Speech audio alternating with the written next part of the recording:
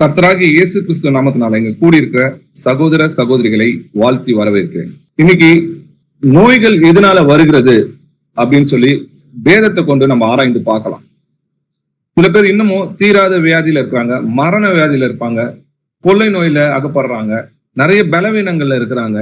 இதெல்லாம் எதனால நமக்கு வருது? ஆண்டவர் நம்மளை படைக்கும் போது இந்த மாதிரி பலவீனமான சரீரங்களை நமக்கு உண்டாக்குனாரா அப்படின்னு நம்ம கேட்டு பார்க்கலாம்.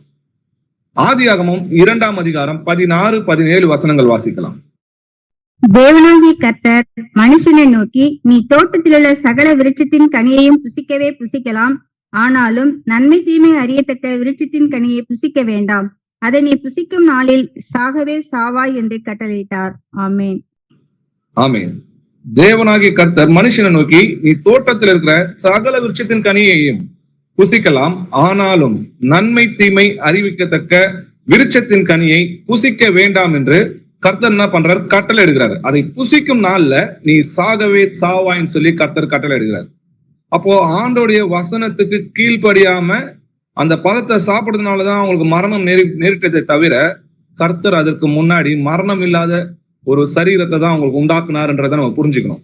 ஆதியாகமம் 3ஆம் அதிகாரத்துல இருந்து படிக்கணும். 3ஆம் அதிகாரம் 17-19 வசனம் வரைக்கும் படிக்கணும். பின்பு அவர் ஆதாமை நோக்கி, நீ உன் மனைவியின் வார்த்தைக்கு செவி கொடுத்து புசிக்க வேண்டாம் என்று நான் உனக்கு விலக்கின விருட்சத்தின் கனியை புசித்தபடியினாலே பூமி உன் நிமித்தம் சபிக்கப்பட்டிருக்கும். நீ உயிரோடு இருக்கும் நாளெல்லாம் வருத்தத்தோடே அதன் பலனை புசிப்பாய். அது உனக்கு முள்ளும் குறுக்கும் முளைப்பிக்கும். வெளியின் பயிர் வகைகளை புசிப்பாய். நீ பூமியிலிருந்து எடுக்கப்பட்டபடியால் நீ பூமிக்கு திரும்பும் மட்டும் உன் முகத்தின் வேர்வையால் ஆகாரம் புசிப்பாய். நீ மண்ணாய் இருக்கிறாய், மண்ணுக்கு திரும்புவாய் என்றார். ஆமென். ஆமென். நீ உன் மனைவியின் வார்த்தைக்கு செவி கொடுத்து புசிக்க வேண்டாம் என்று நான் உனக்கு விலக்கின விருட்சத்தின் கனியை புசித்தபடினாலேதான் ஆதாமுக்கு என்ன நடக்குது? மரணம் உண்டாகுதுன்றதை நம்ம பார்க்கிறோம். நீ பூமியிலிருந்து எடுக்கப்பட்டபடியால் நீ பூமிக்கு திரும்பும் மட்டும் உன் முகத்தின் வேர்வையால் ஆகாரம் புசிப்பாய். நீ மண்ணாய் இருக்கிறாய், மண்ணுக்கு திரும்புவாய். அப்போ இந்த பாவத்தின் சம்பளம் மரணம்ன்றது மாதிரி எழுதியிருக்கிறபடி ஆண்டவர் விலக்கின அந்த விருட்சத்தின் கனியை புசித்து ஆண்டவருடைய உடன்படிக்கையை மீறினதுனாலதான் அவங்களுக்கு பாவம் சரீரம் வருது. பாவ சரீரத்தினாலதான் மரணம் ஏற்படுதுன்றதை நம்ம பாக்குறோம். ஒரு மனுஷனுக்கு எப்படி மரணம் ஏற்படுதுன்னு பாத்தீங்கன்னா, ஆண்டவர் முதல்ல படைக்கும் போது பாவ சரீரத்துல மனுஷனை படைக்கல, அவனை மரணத்துக்குரிய சரீரத்துல படைக்கல. கர்த்தர் விலக்கின அந்த கட்டளைகளை மீறி, ஆண்டவருடைய கட்டளை மீறி ஆண்டவர் புசிக்க வேண்டாம் சொல்லி விலக்கின அந்த விருட்சத்தின் கனி அவங்க புசித்ததுனாலதான் பாவத்தின் சம்பளம் மரணம் வருதுன்றதை நம்ம பாக்குறோம். ஒரு மனுஷன் வாழ்நாள் ஃபுல்லா பாத்தீங்கன்னா அவன் சிறு வயது முதல் கொண்டு பாவத்துலதான் கர்ப்பம் தரிக்கிறான்னு சொல்லி வசனம் எழுதியிருக்கு இல்லையா? இதோ நான் துர்குணத்தில் உருவானேன், என் தாய் என்னை பாவத்தில் கர்ப்பம் தரித்தாள்னா சிறு வயது முதல் கொண்டு அந்த ஆதாம்குள்ள இருந்த அந்த பாவம் அப்படியே ஜெனரேஷனா என்ன வருது? தலைமுறையா பாவ சரீரமா தான் நம்ம பார்க்கிறோம். ஆனா கர்த்தர் படைக்கும் போது மனுஷனை நோய் உள்ள ஒரு மரண சரீரத்துல உண்டாக்குனாரா கேட்டா இல்ல. இதை நீ சாப்பிடும் நாளே சாகவே சாவாயினா அதுக்கு முன்னாடி அவனுக்கு மரணம் இல்லைன்னு அர்த்தம். வாசிக்கலாம். பிரசங்கி 7ஆம் அதிகாரம் 29வது வசனம் வாசிக்கலாம். இதோ தேவன் மனுஷனை செம்மையானவனாய் உண்டாக்கினார், அவர்களோ அநேக உபாய தந்திரங்களை தேடிக் கொண்டார்கள், இதை மாத்திரம் கண்டேன். ஆமென். ஆமென். இதோ தேவன் மனுஷனை செம்மையானவனாய் உண்டாக்கினார். அப்போ மனுஷன் தான் என்ன பண்ணான்? இந்த பாவ சரீரத்தை தேடிக்கொண்டான்றத நம்ம பாக்குறோம் இல்லையா? அப்போ வயது முதிர்வுனால சரீரங்கள் பலவீனப்பட்டு நோய்வாய்ப்பட்டு மரணம் உண்டாகுதுன்றத நம்ம பாக்குறோம். இப்போ நம்ம இருக்கிற சரீரம் எந்த மாதிரி சரீரம் பாத்தீங்கன்னா பாவ சரீரம். அதனாலதான் ஜீசஸ நல்ல போதகரே, நித்திய ஜீவனை உண்டாக்குறதுக்கு நான் என்ன செய்யணும்னு கேட்கும்போது ஜீசஸ் அவருக்கு மறுமொழியா என்ன சொல்றாருன்னா, என்னை ஏன் நல்லவன் சொல்லுவானே, பிதா ஒருவரை தவிர இங்க பூமியில இருக்கிறவங்க யாருமே நல்லவங்க கிடையாதுன்னு சொல்றாரு. அப்போ ஏன் கிறிஸ்து பாவம் செஞ்சாரான்னு கேட்டா, அவர் அவர் இடத்துல பாவம் இல்ல, வஞ்சனை காணப்படவும் இல்லைன்னு சொல்லி எழுதியிருக்கு. அவர் பாவத்தை ஜெயித்தார்னு சொல்லி எழுதியிருக்கு. அப்போ என்னை ஏன் நல்லவன் சொல்லுவான் ஏன் அப்படின்னு சொன்னாருன்னு கேட்டீங்கன்னா, அவர் பாவ சரீரத்துல இருந்தார். அதாவது மாம்சமும் ரத்தமும் இருக்கிற சரீரம் தான் பாவ சரீரம். வாசிக்கலாம். ரோமர் 8ஆம் அதிகாரம் 3வது வசனம் வாசிக்கலாம். அது எப்படி எனில், மாம்சத்தினாலே பலவீனமாய் இருந்த நியாய பிரமாணம் செய்யக்கூடாததை தேவனே செய்யும்படிக்கு தம்முடைய குமாரனை பாவ மாம்சத்தின் சாயலாகவும் பாவத்தை போக்கும் பலியாகவும் அனுப்பி மாம்சத்திலே பாவத்தை ஆக்கினைக்குள்ளாக தீர்த்தார். ஆமென். ஆமென். இந்த வசனம் என்ன சொல்லுது பாருங்க, தம்முடைய குமாரனை பாவ மாம்சத்தின் சாயலாகவும் பாவத்தை போக்கும் பலியாகவும் அனுப்பி மாம்சத்திலே பாவத்தை ஆக்கினைக்குள்ளாக தீர்த்தார். அப்போ இந்த மாம்சமும் ரத்தமும் என்ன மாதிரி சரீரம்னு பாத்தீங்கன்னா இது பாவ சரீரம்னு சொல்லி எழுதியிருக்கு. அதனாலதான் ரோமர்ல பவுல் கேட்கறத பாருங்க, நான் நன்மை செய்யணும்னு நினைக்கிறேன், ஆனா நன்மை செய்கிற எண்ணமோ எனக்கு இருக்குது, ஆனா செய்ய முடியல. அப்போ எனக்குள்ள இருக்கிற இன்னொரு பாவ பிரமாணத்தை நான் போராடுகிறத நான் பாக்குறேன்.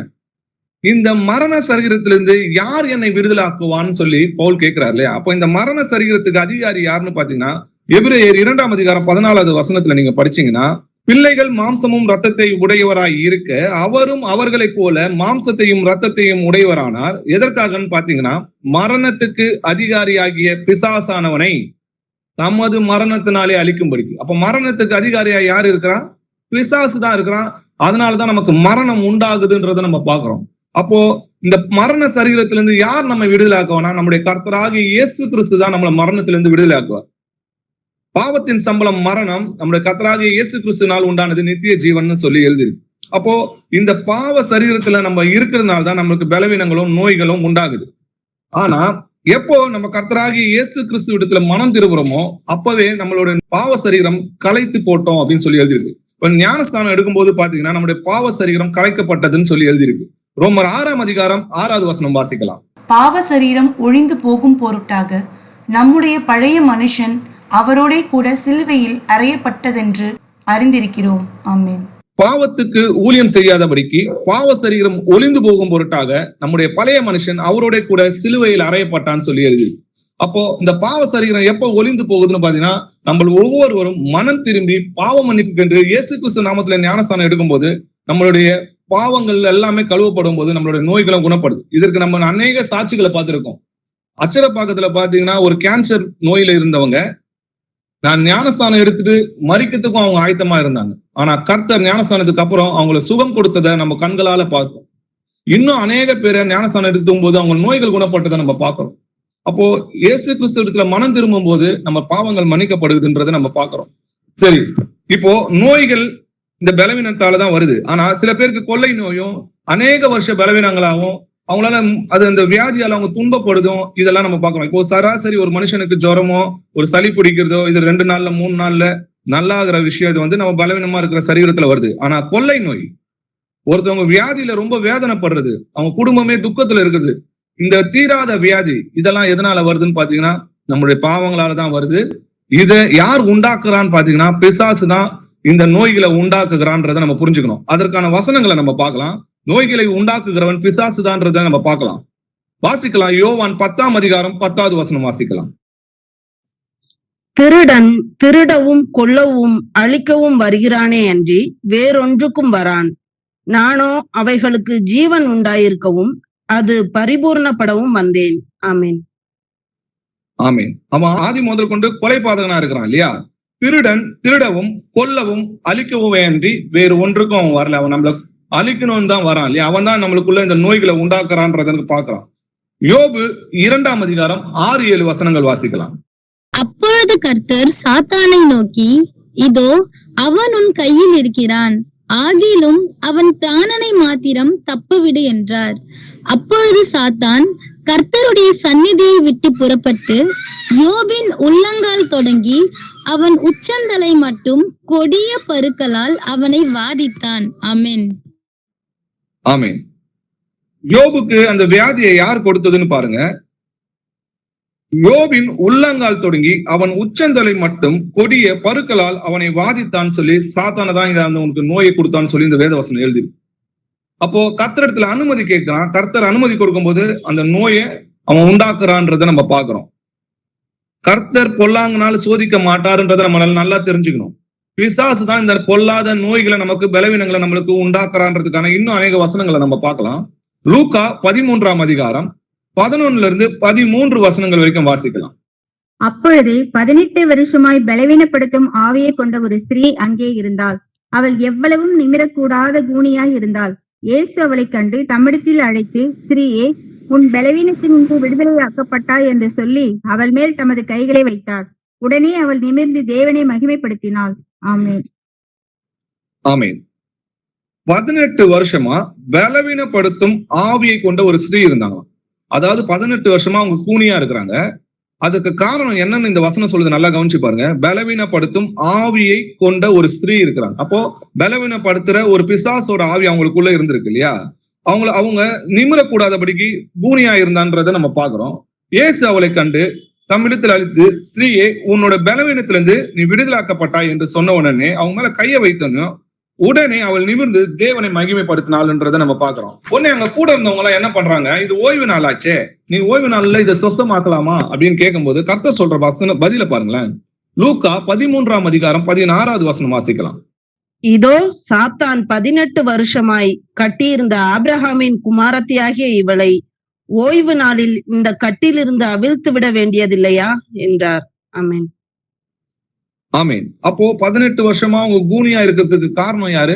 சாத்தான்றது அடுத்த இந்த 16வது வசனத்துல தெளிவா ஆண்டவரே சொல்றாரு இல்லையா? இதோ சாத்தான் 18 வருஷமாய் கட்டியிருந்த ஆபிரகாமின் குமாரத்தியை நம்ம விடுதலாக்க வேண்டியது இல்லையா அப்படின்னு கேட்கிறேன். அப்போ இன்னைக்கு இந்த பலவீனங்கள் தொடர்ந்து நோயாளி இருக்காங்க, தொடர்ந்து மாத்திரை எடுக்கிறாங்க, தொடர்ந்து அவங்களால வேதனை அனுபவிக்கிறாங்கன்னா இதுக்கு காரணம் வேற யாருமே கிடையாது, பிசாசுன்றதை நம்ம புரிஞ்சுக்கணும். அதுக்கு இன்னும் நிறைய வசனங்களை பார்க்கலாம். மத்தேயு 17ஆம் அதிகாரம் 15 18 வசனங்கள் வரைக்கும் வாசிக்கலாம். ஆண்டவரே, என் மகனுக்கு இரங்கும். அவன் சந்திர ரோகியாய் கொடிய வேதனைப்படுகிறான். அடிக்கடி தீயிலும் அடிக்கடி ஜலத்திலும் விழுகிறான். அவனை உம்முடைய சீஷர்களிடத்தில் கொண்டு வந்தேன். அவனை சொஸ்தமாக்க அவர்களால் கூடாமற் போயிற்று என்றான். இயேசு பிரதியுத்தரமாக, விசுவாசம் இல்லாத மாறுபாடு உள்ள சந்ததியே, எதுவரைக்கும் நான் உங்களோடு இருப்பேன்? எதுவரைக்கும் உங்களிடத்தில் பொறுமையாய் இருப்பேன்? அவனை என்னிடத்தில் கொண்டு வாருங்கள் என்றார். இயேசு பிசாசை அதட்டினார். உடனே அது அவனை விட்டு புறப்பட்டது. அந்நேரமே அந்த இளைஞன் சொஸ்தமானான். ஆமென். ஆமீன். நல்லா பாருங்க. ஆண்டவரே, என் மகனுக்கு இரங்கும் சொல்லி சந்திரயோகியாய் கொடிய வேதனைப்படுகிறான். அப்போ இந்த இடத்துல அந்த சந்திரயோகியாய் அப்படின்னு அந்த கொடிய வேதனைனா என்னன்னு பாத்தீங்கன்னா வலிப்பு நோயின்னு சொல்லி எழுதிருக்கு. அப்போ அவன் வலிப்பு நோயால் அடிக்கடி தீயிலும் அடிக்கடி ஜலத்திலும் என்ன பண்றான், விழுகிறான். அவனை உங்களுடைய ஸ்ரீஷரிடத்துல கொண்டு வந்தேன், அவனை சொஸ்தமாக்க அவர்களால் கூடாம போயிட்டுன்னு சொல்றாங்க. அப்போ இயேசு பிரதியுத்தமாக, விசுவாசம் இல்லாத மாறுபாடு உள்ள சந்நிதியை எது வரைக்கும் நான் கூட பொறுமையா இருப்பேன்னு சொல்லி அவனை என்கிட்ட கொண்டு வாங்கன்றாங்க. அப்போ அவன் அவங்க கிட்ட ஏசப்பா கிட்ட கொண்டு வந்தனையும் கர்த்தர் என்ன பண்றாரு, பிசாசை அதட்டினார்னு சொல்லி எழுதிருக்கு. உடனே அது அவனை விட்டு புறப்பட்டது. அந்நேரமே அந்த இளைஞன் சொஸ்தமான. அப்போ வலிப்பு நோயின்னு சொல்லிதான் கொண்டு வராங்க. கர்த்தர் அந்த பிசாசை துரத்துறாருன்றதை பாக்குறோம். அப்ப அந்த வலிப்பு நோயை உண்டாக்குனது எது? பிசாசுன்றதுக்கான வசனங்களை நம்ம பார்த்தோம். அப்போ அந்த பிசாசை அதட்டும் போது அவன் சொஸ்தமாகறான்றதை நம்ம பார்க்கிறோம். அப்போஸ்தலர் 10ஆம் அதிகாரம் 38வது வசனம் வாசிக்கலாம். நசரேயனாகிய இயேசுவை தேவன் பரிசுத்த ஆவியினாலும் வல்லமையினாலும் அபிஷேகம் பண்ணினார். தேவன் அவருடனே கூட இருந்தபடியினாலே அவர் நன்மை செய்கிறவராயும் பிசாசின் வல்லமையில் அகப்பட்ட யாவரையும் குணமாக்குகிறவராயும் சுற்றித் திரிந்தார். ஆமென். ஆமீன். இந்த வசனத்தை நல்லா கவனிச்சு பாருங்க. பிசாசின் வல்லமையில் அகப்பட்ட யாவரையும் குணமாக்குறவராய் சுற்றித் திரிந்தார். அவர் நோய்களை குணமாக்கினார் இல்லையா? ஆனா அந்த நோய்க்கு காரணம் இங்க என்னன்னு சொல்லி எழுதியிருக்கு, பிசாசின் வல்லமையில் அகப்பட்ட யாவரையும் அவர் குணமாக்கினார்னு சொல்லி எழுதிருக்கு. அப்போ நம்முடைய பாவங்களாலதான் நமக்கு நோய் வருது. அந்த பாவம் செய்யும் போது தேவனுடைய கிருபையிலிருந்து நம்ம விலகி போறோம். அப்போ பிசாசு நம்மளை அடிமைப்படுத்திக் கொள்கிறோம்.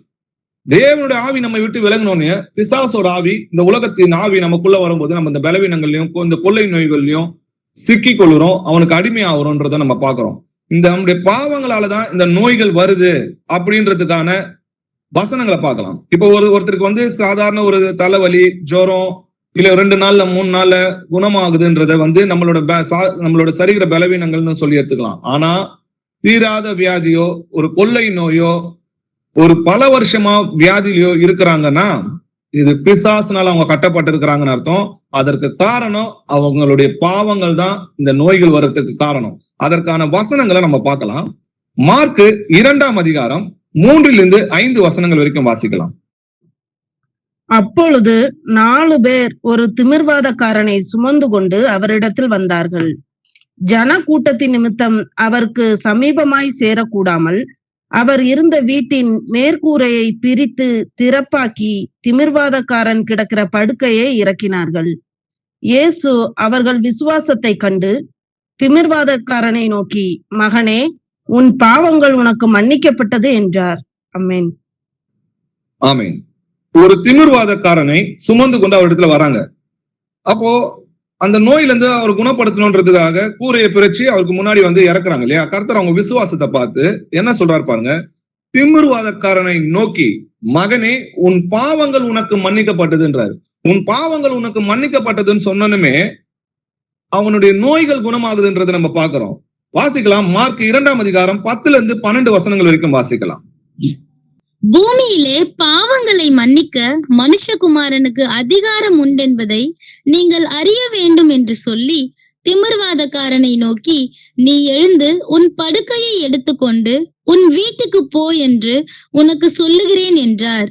உடனே அவன் எழுந்து தன் படுக்கையை எடுத்துக்கொண்டு எல்லாருக்கும் முன்பாக போனான். அப்பொழுது எல்லாரும் ஆச்சரியப்பட்டு, நாம் ஒரு காலம் இப்படி கண்டதில்லை என்று சொல்லி தேவனை மகிமைப்படுத்தினார்கள். ஆமென். பூமியில பாவங்களை மன்னிக்க மனுஷகுமாரனுக்கு அதிகாரம் உண்டுன்னு சொல்லி அதிகாரத்தோட சொல்றாரு. இந்த திமிர்வாதக்காரனை நோக்கி உன் படுக்கை எடுத்துக்கொண்டு போன்றார். உடனே அவன் சுத்தமாகி தன் படுக்கையை எடுத்துக்கொண்டு போகிறத பார்த்து எல்லோரும் ஆச்சரியப்பட்டாங்க. உன்னுடைய பாவங்கள் மன்னிக்கப்பட்டதுன்னு சொன்னாரு.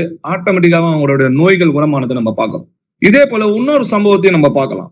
யோவான் 5ஆம் அதிகாரம் 5-9 வசனங்கள் வரைக்கும் வாசிக்கலாம். 38 வருஷம் வியாதி கொண்டிருந்த ஒரு மனுஷன் அங்கே இருந்தான். படுத்திருந்த அவனை இயேசு கண்டு, அவன் வெகு காலமாய் வியாதியஸ்தன் என்று அறிந்து அவனை நோக்கி, சொஸ்தமாக வேண்டும் என்று விரும்புகிறாயா என்று கேட்டார்.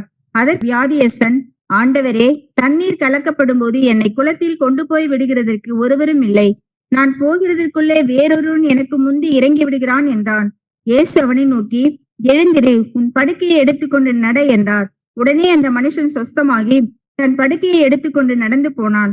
அந்த நாள் ஓய்வு நாளாய் இருந்தது. ஆமென். ஆமென். 38 வருஷம் வியாதியா இருந்த ஒரு மனுஷனை பாக்குறாரு. கர்த்தர் அவனுக்கு மனதிறங்கி அவன் வெகு காலமா வியாதியஸ்தனா இருக்கிறத கண்டு, நீ சொஸ்தமாக விரும்புகிறாயான்னு கேட்கிறாரு.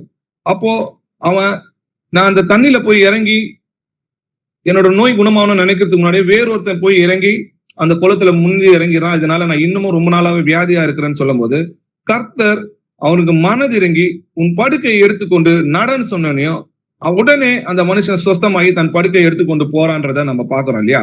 அதே மனுஷன் சில நாட்களுக்கு அப்புறம் நம்முடைய கர்த்தராகிய இயேசு கிறிஸ்துவை பாக்குறாரு இல்லையா? அப்போ கர்த்தர் அவருக்கு என்ன பதில் சொல்றாருன்றது நம்ம பார்க்கலாம். யோவான் 5ஆம் அதிகாரம் 14வது வசனம் வாசிக்கலாம். அதற்கு பின்பு இயேசு அவனை தேவாலயத்திலே கண்டு, இதோ நீ சொஸ்தமானாய், அதிக கேடானதொன்றும் உனக்கு வராதபடி இனி பாவம் செய்யாதே என்றார். ஆமென். ஆமென். அப்போ அந்த வியாதியஸ்தன் குணமானப்பட்டவனை பார்த்து கர்த்தர் என்ன சொல்றாரு பாருங்க. தேவாலயத்துல கண்டு பேசுறாரு, நீ சொஸ்தமானாய், நல்லதுதான், ஆனா அதிக கேடொன்றும் உனக்கு வராதபடிக்கு இனி பாவம் செய்யாதனா. ஏற்கனவே பாவம் செஞ்சனால்தான் உனக்கு நோய் வந்துச்சு, இன்னமும் நீ அதிக பாவம் செஞ்சு அதிக கேடை நீ உண்டாக்கிக்காதன்னு ஆண்டவர் சொல்ற. அப்போ நம்மளோட பாவங்களாலதான் நமக்கு நோய்கள் வருதுன்றதை நம்ம புரிஞ்சுக்கணும். இதே போல இன்னொரு சம்பவத்தையும் பார்க்கலாம்.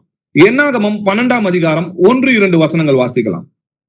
எத்தியோப்பியா தேசத்து ஸ்திரீயை மோசே விவாகம் பண்ணியிருந்தபடியினால் மிரியாமும் ஆரோனும் அவன் விவாகம் பண்ணின எத்தியோப்பியா தேசத்து ஸ்திரீயின் நிமித்தம் அவனுக்கு விரோதமாய் பேசி, கர்த்தர் மோசேயை கொண்டு மாத்திரம் பேசினாரோ, எங்களை கொண்டும் அவர் பேசினதில்லையோ என்றார்கள். கர்த்தர் அதை கேட்டார். ஆமென். ஆமென். இப்போ மோசே அந்நிய ஸ்திரிய கல்யாணம் பண்ணி கொண்டு வராருல, இஸ்ரேல் ஜனங்கள் கிட்ட கொண்டு வராரு. அப்போ ஆரோனும் அவரோட மனைவி என்ன பண்றாங்க, நீ வேறொரு ஸ்திரீயை கல்யாணம் பண்ண, வேறொரு தேசத்து ஸ்திரீயை, எத்தியோப்பியா தேசத்து ஸ்திரீயை நீ கல்யாணம் பண்றது நிமித்தம் அவரை அவமானப்படுத்துற எண்ணத்தோட அவருக்கு விரோதமாக பேசி, கர்த்தர் உங்ககிட்ட தான் பேசினாரா, மோசே கிட்ட மட்டும் தான் பேசினாரா, ஏன் எங்க கிட்ட பேசலையா சொல்லி அவரை மோசேவை அவமதிக்கிறதுக்கான காரியங்களை அவங்க செய்யறாங்க. இத கர்த்தர் கேட்டார்னு சொல்லி வசனம் முடியுது இல்லையா? அதுக்கப்புறம் என்ன நடக்குதுன்னு பாருங்க. என்னாகமம் 12ஆம் அதிகாரம் 9-13 வசனங்கள் வரைக்கும் வாசிக்கலாம். கர்த்தருடைய கோபம் அவர்கள் மேல் மூண்டதே, அவர் போய்விட்டார். மேகம் கூடாரத்தை விட்டு நீங்கி போயிற்று. மிரியாம் உறைந்த மழையின் வெண்மை போன்ற குஷ்டரோகி ஆனாள். ஆரோன் மிரியாமை பார்த்தபோது அவள் குஷ்டரோகியா இருக்க கண்டான். அப்பொழுது ஆரோன் மோசேயை நோக்கி, ஆ என் ஆண்டவனே, நாங்கள் புத்தியீனமாய் செய்த இந்த பாவத்தை எங்கள் மேல் சுமத்தாதிரும். தன் தாயின் கர்ப்பத்தில் பாதி மாம்சம் அழுகி செத்து விழுந்த பிள்ளையைப் போல அவள் ஆகாதிருப்பாளாக என்றான். அப்பொழுது மோசே கர்த்தரை நோக்கி, என் தேவனே, அவளை குணமாக்கும் என்று கெஞ்சினான். ஆமென். ஆமென். கர்த்தருடைய கோபம் அவர்கள் மேல் மூண்டதுன்றதை நம்ம பாக்குறோம். அப்போ என்ன நடக்குது பாருங்க. மிரியாம் உறைந்த மலையின் வெண்மையான போன்ற குஷ்டரோகி ஆகுறாங்கத நம்ம பாக்குறோம். அதுக்கப்புறம் என்ன நடக்குது பாருங்க. ஆரோன் மோசையை நோக்கி, என் ஆண்டவனே, நாங்கள் புத்தீனமான செய்த இந்த பாவத்தை எங்கள் மேல் சுமத்தாதிரும். அங்க என்ன எழுதியிருக்கு? மோசையை அவமதித்தது பாவம் சொல்லி அவங்க உணர்றாங்க. அப்ப அந்த பாவத்தை எங்க மேல சுமத்தாதிருங்க, எங்களுக்காக ஜெபம் பண்ணுங்க அப்படின்னு சொல்லும் போது மோசே கர்த்தரை நோக்கி, என் தேவனை அவளை குணமாக்கும் என்று கெஞ்சினா உடனே அவங்க குணமாகறாங்கன்றதை நம்ம பாக்குறோம். அப்போ மோசே அவமதித்தது கர்த்தருக்கு அது பாவமாக காணப்பட்டது. பாவத்தினால அவங்களுக்கு நோயை உண்டாக்குறாரு. திரும்பவும் அவங்க மனம் திரும்பி மன்னிப்பு கேட்கும் போது கர்த்தர் அதை குணமாக்குறாருன்றதை நம்ம பார்க்கிறோம். சங்கீதம் 103 அதிகாரம் 3-5 வசனங்கள் வரைக்கும் வாசிக்கலாம். அவர் உன் அக்கிரமங்களை எல்லாம் மன்னித்து உன் நோய்களை எல்லாம் குணமாக்கி உன் பிராணனை அழிவுக்கு விலக்கி மீட்டு உன்னை கிருபையினாலும் இரக்கங்களினாலும் முடிசூட்டி நன்மையினால் உன் வாயை திருப்தியாக்குகிறார். கழுகுக்கு சமானமாய் உன் வயது திரும்ப வாழ வயது போல ஆகிறது. ஆமென். இந்த வசனம் என்ன சொல்லுது பாருங்க. அவர் உன் அக்கிரமங்களை எல்லாம் மன்னித்து உன் நோய்கள் எல்லாம் குணமாக்குறார். அப்போ அக்கிரமங்களாலதான் நோய் வருது. அக்கிரமங்களை மன்னிக்கும் போது, நம்ம மனம் திரும்பும் போது நம்மளோட நோய்கள் குணமாகுதுன்றதை நம்ம பாக்குறோம். வாசிக்கலாம். ஏசாயா 33 அதிகாரம் 24 வசனம் வாசிக்கலாம். வியாதிப்பட்டிருக்கிறேன் என்று நகரவாசிகள் சொல்வதில்லை, அதில் வாசமாயிருக்கிற ஜனத்தின் அக்கிரமம் மன்னிக்கப்பட்டிருக்கும். ஆமென். ஆமென். வியாதிப்பட்டு இருக்கிறான் என்று நகரவாசிகள் சொல்வதில்லையா? எதனால? அதில் வாசமாயிருக்கிற ஜனத்தின் அக்கிரமங்கள் மன்னிக்கப்பட்டிருக்கும் சொல்லி எழுதிரு. அப்போ கர்த்தர் நம்முடைய பாவங்களை மன்னித்தார்னா நம்மளுடைய நோய்கள் குணமாகுதுன்றதை நம்ம பார்க்கிறோம். ஆண்டவருடைய கட்டளைகளை மீறுகிறதே பாவம்ன்றதை நம்ம தெரிஞ்சுக்கணும். பாவம் செய்கிற எவனும் நியாயப்பிரமாணத்தை மீறுகிறான், நியாயப்பிரமாணத்தை மீறுகிறதே பாவம் சொல்லி எழுதியிருக்கு. அப்போ ஆண்டவர் யாரையாவது பார்த்து உனக்கு நோயை கொடுக்கணும், இவனுக்கு நோயை கொடுக்க கூடாது இப்படின்றத பார்த்து செய்யறவர் கிடையாது. இதோ ஆசீர்வாதத்தையும் சாபத்தையும் உனக்கு முன்னாடி வைக்கிறேன், உனக்கு எது வேணுமோ எடுத்துக்கோ.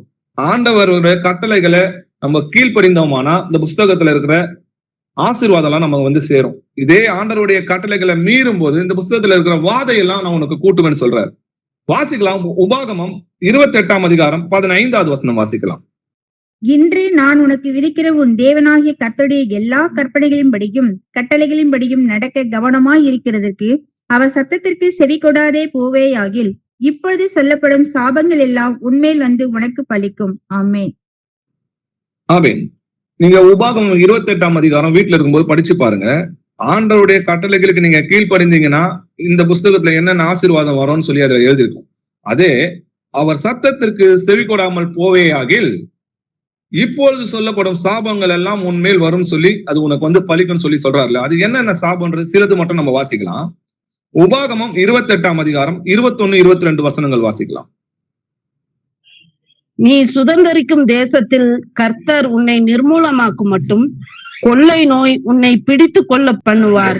கர்த்தர் உன்னை ஈழையினாலும் காய்ச்சலினாலும் உஷ்ணத்தினாலும் எரிபந்தத்தினாலும் வறட்சியினாலும் கருக்காயினாலும் விஷப்பனியினாலும் பாதிப்பார். நீ அழியும் மட்டும் இவைகள் உன்னை பின்தொடரும். ஆமென். நீ ஆண்டவருடைய கட்டளைகளை கீழ்ப்படியாம போனதுனால கர்த்தர் என்ன பண்ணுவாராம்? கொள்ளை நோயை உன்னை பிடித்துக் கொள்ளுவார். கர்த்தர் உன்னை இலையினாலும் காய்ச்சினாலும் உஷ்ணத்தினாலும் எரிபந்தத்தினாலும் வறட்சியினாலும் விஷப்பனியினாலும் நம்மை வாதிப்பார்னு சொல்லி எழுதி. நீ அழியும் மட்டும் இவைகள் உன்னை பின்தொடரும். இதெல்லாம் எப்ப நடக்கும்? ஆண்டவருடைய கர்த்தருடைய கற்பனைகளை விட்டு கடைபிடியாம அந்த கற்பனையை விட்டு விலகி போகும்போது இதெல்லாம் நடக்கும்னு சொல்லி எழுதி. உபாகமம் 28 அதிகாரம் 27, 28 வசனங்கள் வாசிக்கலாம். நீ குணமாகாதபடி கர்த்தர் உன்னை எகிப்தின் எரிபந்தமான பருக்களினாலும் மூலவியாதியினாலும் சொறியினாலும் சிரங்கினாலும் பாதிப்பார். கர்த்தர் உன்னை புத்தி மயக்கத்தினாலும் குருட்டாட்டத்தினாலும் மன திகைப்பினாலும் வாதிப்பார். ஆமென். ஆமென். ஆண்டவருடைய கட்டளைகளை கீழ்ப்படியாம போகும்போது கர்த்தர் என்ன பண்ணுவாரு? எகிப்தின் எரிபந்தமான பருக்களினாலும் மூல வியாதினாலும் சொறியினாலும் சிரங்கினாலும் பாதிப்பார். அடுத்த 28 வசனம் பாருங்க. கர்த்தர் உன்னை புத்தி மயக்கத்தினாலும் இன்னைக்கு அநேக பைத்தியமா இருக்கிறாங்க இல்லையா? சிலர் இன்னமும் பாத்தீங்கன்னா அவங்க செய்யறது என்ன, அவங்க பண்றது என்ன தெரியாதபடி கர்த்தர் குருட்டாட்டத்தினாலும் அவங்களை வைத்திருக்கிறத பாக்குறோம்.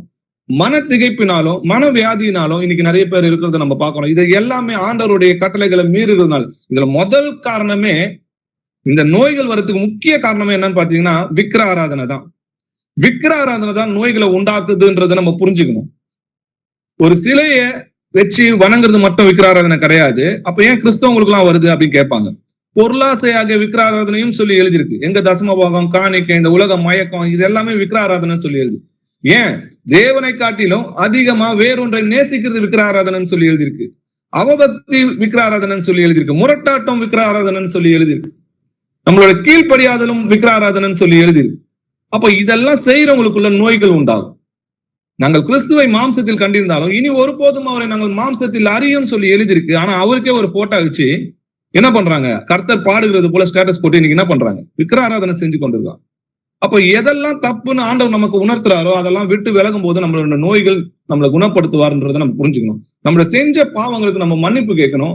மன்னிப்பு கேட்டு அதுல இருந்து விடுதலை ஆகும் போது கர்த்தர் நம்ம விடுதலை ஆக்குறாருன்றதை நம்ம பார்க்கிறோம். சரி, இன்னும் என்ன வியாதிகள்லாம் வரும் ஆண்டவருக்கு கீழ்ப்படியாம அவருடைய கட்டளைகளை மீறி நடக்கும்போது என்ன வியாதிகள் வரும்ன்றதை பாருங்க. உபாகமம் 28ஆம் அதிகாரம் 58 இருந்து 61 வசனங்கள் வரைக்கும் வாசிக்கலாம். உன் தேவனாகிய கர்த்தர் என்னும் மகிமையும் பயங்கரமான நாமத்திற்கு பயப்படும்படிக்கு நீ இந்த புஸ்தகத்தில் எழுதியிருக்கிற இந்த நியாயப்பிரமாண வார்த்தைகளின்படி எல்லாம் நடக்க கவனமாய் இராவிட்டால் கர்த்தர் நீங்காத பெரிய வாதைகளாலும் நீங்காத கொடிய ரோகங்களாலும் உன்னையும் உன் சந்ததியையும் அதிசயமாய் வாதித்து நீ கண்டு பயந்த எகிப்து வியாதிகள் எல்லாம் உன்மேல் வருவிப்பார். அவைகள் உன்னை பற்றி கொள்ளும். இந்த நியாயப்பிரமாண புஸ்தகத்தில் எழுதி இராத எல்லா பிணியையும் வாதையையும் நீ அழியுமளவும் கர்த்தர் உன்மேல் வர பண்ணுவார். ஆமென். உன் தேவனாய கர்த்தர் என்னும் மகிமையும் பயங்கரமான நாமத்திற்கு நீ பயப்படும்படிக்கு இந்த புஸ்தகத்துல இருக்கிற கட்டளைகளையும் கற்பனைகளையும் நீ கை கொள்ள கவனமா இராவிட்டால் கர்த்தர் நீங்காத பெரிய வாதையையும் நீங்காத கொடிய ரோகங்களையும் உன்னையும் உன் சந்நிதியும், நல்லா பாருங்க, உன்னை மட்டும் கிடையாது, உன்னோட சந்நிதியையும் அதிகமாய் வாதித்து எகிப்துக்கு உண்டான அந்த வியாதிகளை எல்லாத்தையும் உன் மேல வர வைப்பார் அப்படின்னு எழுதியிருக்கு. இந்த நியாயப்பிரமாண புஸ்தகத்துல இருக்கிற எல்லா வாதையும் நீ அழியும் மட்டும் உன்னை பின்தொடரும். அப்போ ஆண்டவருடைய கட்டளைகளை கீழ்ப்படியாம போறதுனாலதான் நம்மளுக்கு இந்த நோய்கள் உண்டாகுதுன்றதை நம்ம பார்க்கிறோம். வாசிக்கலாம். ஏசாயா 1ஆம் அதிகாரம் 4 6 வசனங்கள் வரைக்கும் வாசிக்கலாம். ஐயோ, பாவமுள்ள ஜாதியும் அக்கிரமத்தால் பாரம் சுமந்த ஜனமும் பொல்லாதவர்களின் சந்ததியும் கேடு உண்டாக்குகிற புத்திரருமாய் இருக்கிறார்கள். கர்த்தரை விட்டு இஸ்ரவேலின் பரிசுத்தருக்கு கோபம் உண்டாக்கி பின்வாங்கி போனார்கள். இன்னும் நீங்கள் ஏன் அடிக்கப்பட வேண்டும்? அதிகமாய் விலகி போகிறீர்களே. தலையெல்லாம் வியாதியும் இருதயமெல்லாம் பலச்சேயமாய் இருக்கிறது. உள்ளங்கால் தொடங்கி உச்சந்தலை மட்டும் அதிலே சுகமே இல்லை. அது காயமும் வீக்கமும் நொதிக்கிற ரணமும் உள்ளது. அது சீல் பிதுக்கப்படாமலும் கட்டப்படாமலும் எண்ணெயினால் ஆற்றப்படாமலும் இருக்கிறது. ஆமென். ஆமென். ஏன் இவங்களுக்கு தீராத வியாதி? தலையெல்லாம் வியாதியும் இருதயம் எல்லாம் பலட்சியமாயும் இருக்கிறது. உள்ளங்கால் தொடங்கி உச்சந்தலை மட்டும் அதுல சுகமும் இல்லை. அது காயமும் வீக்கமும் நொதிக்கிற ரணமுமா இருக்கிறது. அது சீர்பிடித்திருக்கிறதுன்னு சொல்லி எழுதியிருக்கு. கட்டி ஆக்குறதுக்கு எண்ணெயும் இல்லைன்ற. அது எதனால வருதுன்னு பாத்தீங்கன்னா, அவங்க கர்த்தரை விட்டு இஸ்ரவேலின் பரிசுத்தருக்கு கோபம் உண்டாக்கி பின்வாங்கி போனாங்கன்னா கர்த்தரை விட்டு விக்கிராராதனை செஞ்சாங்க. அதனால கர்த்தர் அவங்களை சிச்சிக்கிறாரு. யாரை நான் நேசிக்கிறேனோ அவங்களை சிச்சிக்கிறேன்னு சொல்றது போல சிச்சிக்கிறாரு.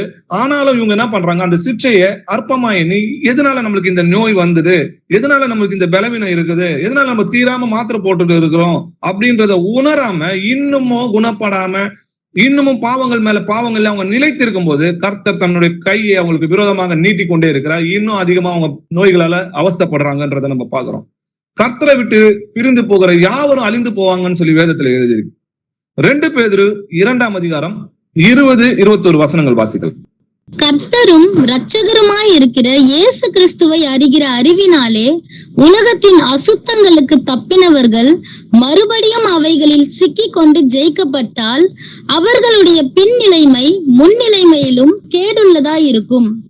அவர்கள் நீதியின் மார்க்கத்தை அறிந்த பின்பு தங்களுக்கு ஒப்புவிக்கப்பட்ட பரிசுத்த கற்பனையை விட்டு விலகுவதை பார்க்கிலும் அதை அறியாதிருந்தார்களானால் அவர்களுக்கு நலமாயிருக்கும். ஆமென். ஆமென். நம்முடைய கர்த்தரும் இரட்சகருமா இருக்கிற இயேசு கிறிஸ்துவை அறிகிற அறிவினால உலகத்தின் அசுத்தங்களுக்கு தப்பினவர்கள். ஏற்கனவே நம்ம அநியாயக்காரரும் அக்கிரமக்காரனா தான் இருந்தோம் இல்லையா? நம்ம கர்த்தராகி இயேசு கிறிஸ்துவை அறிகிற அறிவினை தெரிஞ்ச பிறகு, நம்ம கர்த்தரை அறிந்த பிறகு, கர்த்தர் நம்முடைய பாவங்களுக்காக தான் சிலுவையில் அறையப்பட்டார் என்பதை அந்த அன்பை ருசிக்கும் போது நம்ம என்ன பண்ணோம்? இந்த பாவத்துல இருந்து விடுதலை ஆகப்பட்டோம். ஆனா திரும்பவும் ஞானஸ்தானத்தை பெற்று நம்ம பாவ அறிக்கை செஞ்சு கர்த்தருடைய அன்பை விட்டு பின்வாங்கி திரும்பவும் இந்த உலகத்துக்கு அடிமையாகும் போது அவர்களுடைய பின்னிலைமை முன்னிலைமையிலும் என்ன இருக்கும்? கேடு உள்ளதா இருக்கும்னு சொல்லி எழுது. ஏன்னா அவங்க நீதியின் மார்க்கத்தை அறிந்த பிறகு தங்களுக்கு ஒப்புவிக்கப்பட்ட பரிசுத்த கற்பனையை விட்டு விலகுவதை பார்க்கலாம். நல்லா வசனம் பாருங்க. பரிசுத்த கற்பனையை விட்டு விலகுவதை பார்க்கிலும் அதை அறியாதிருந்தானா அவர்களுக்கு நலமா இருக்கும்.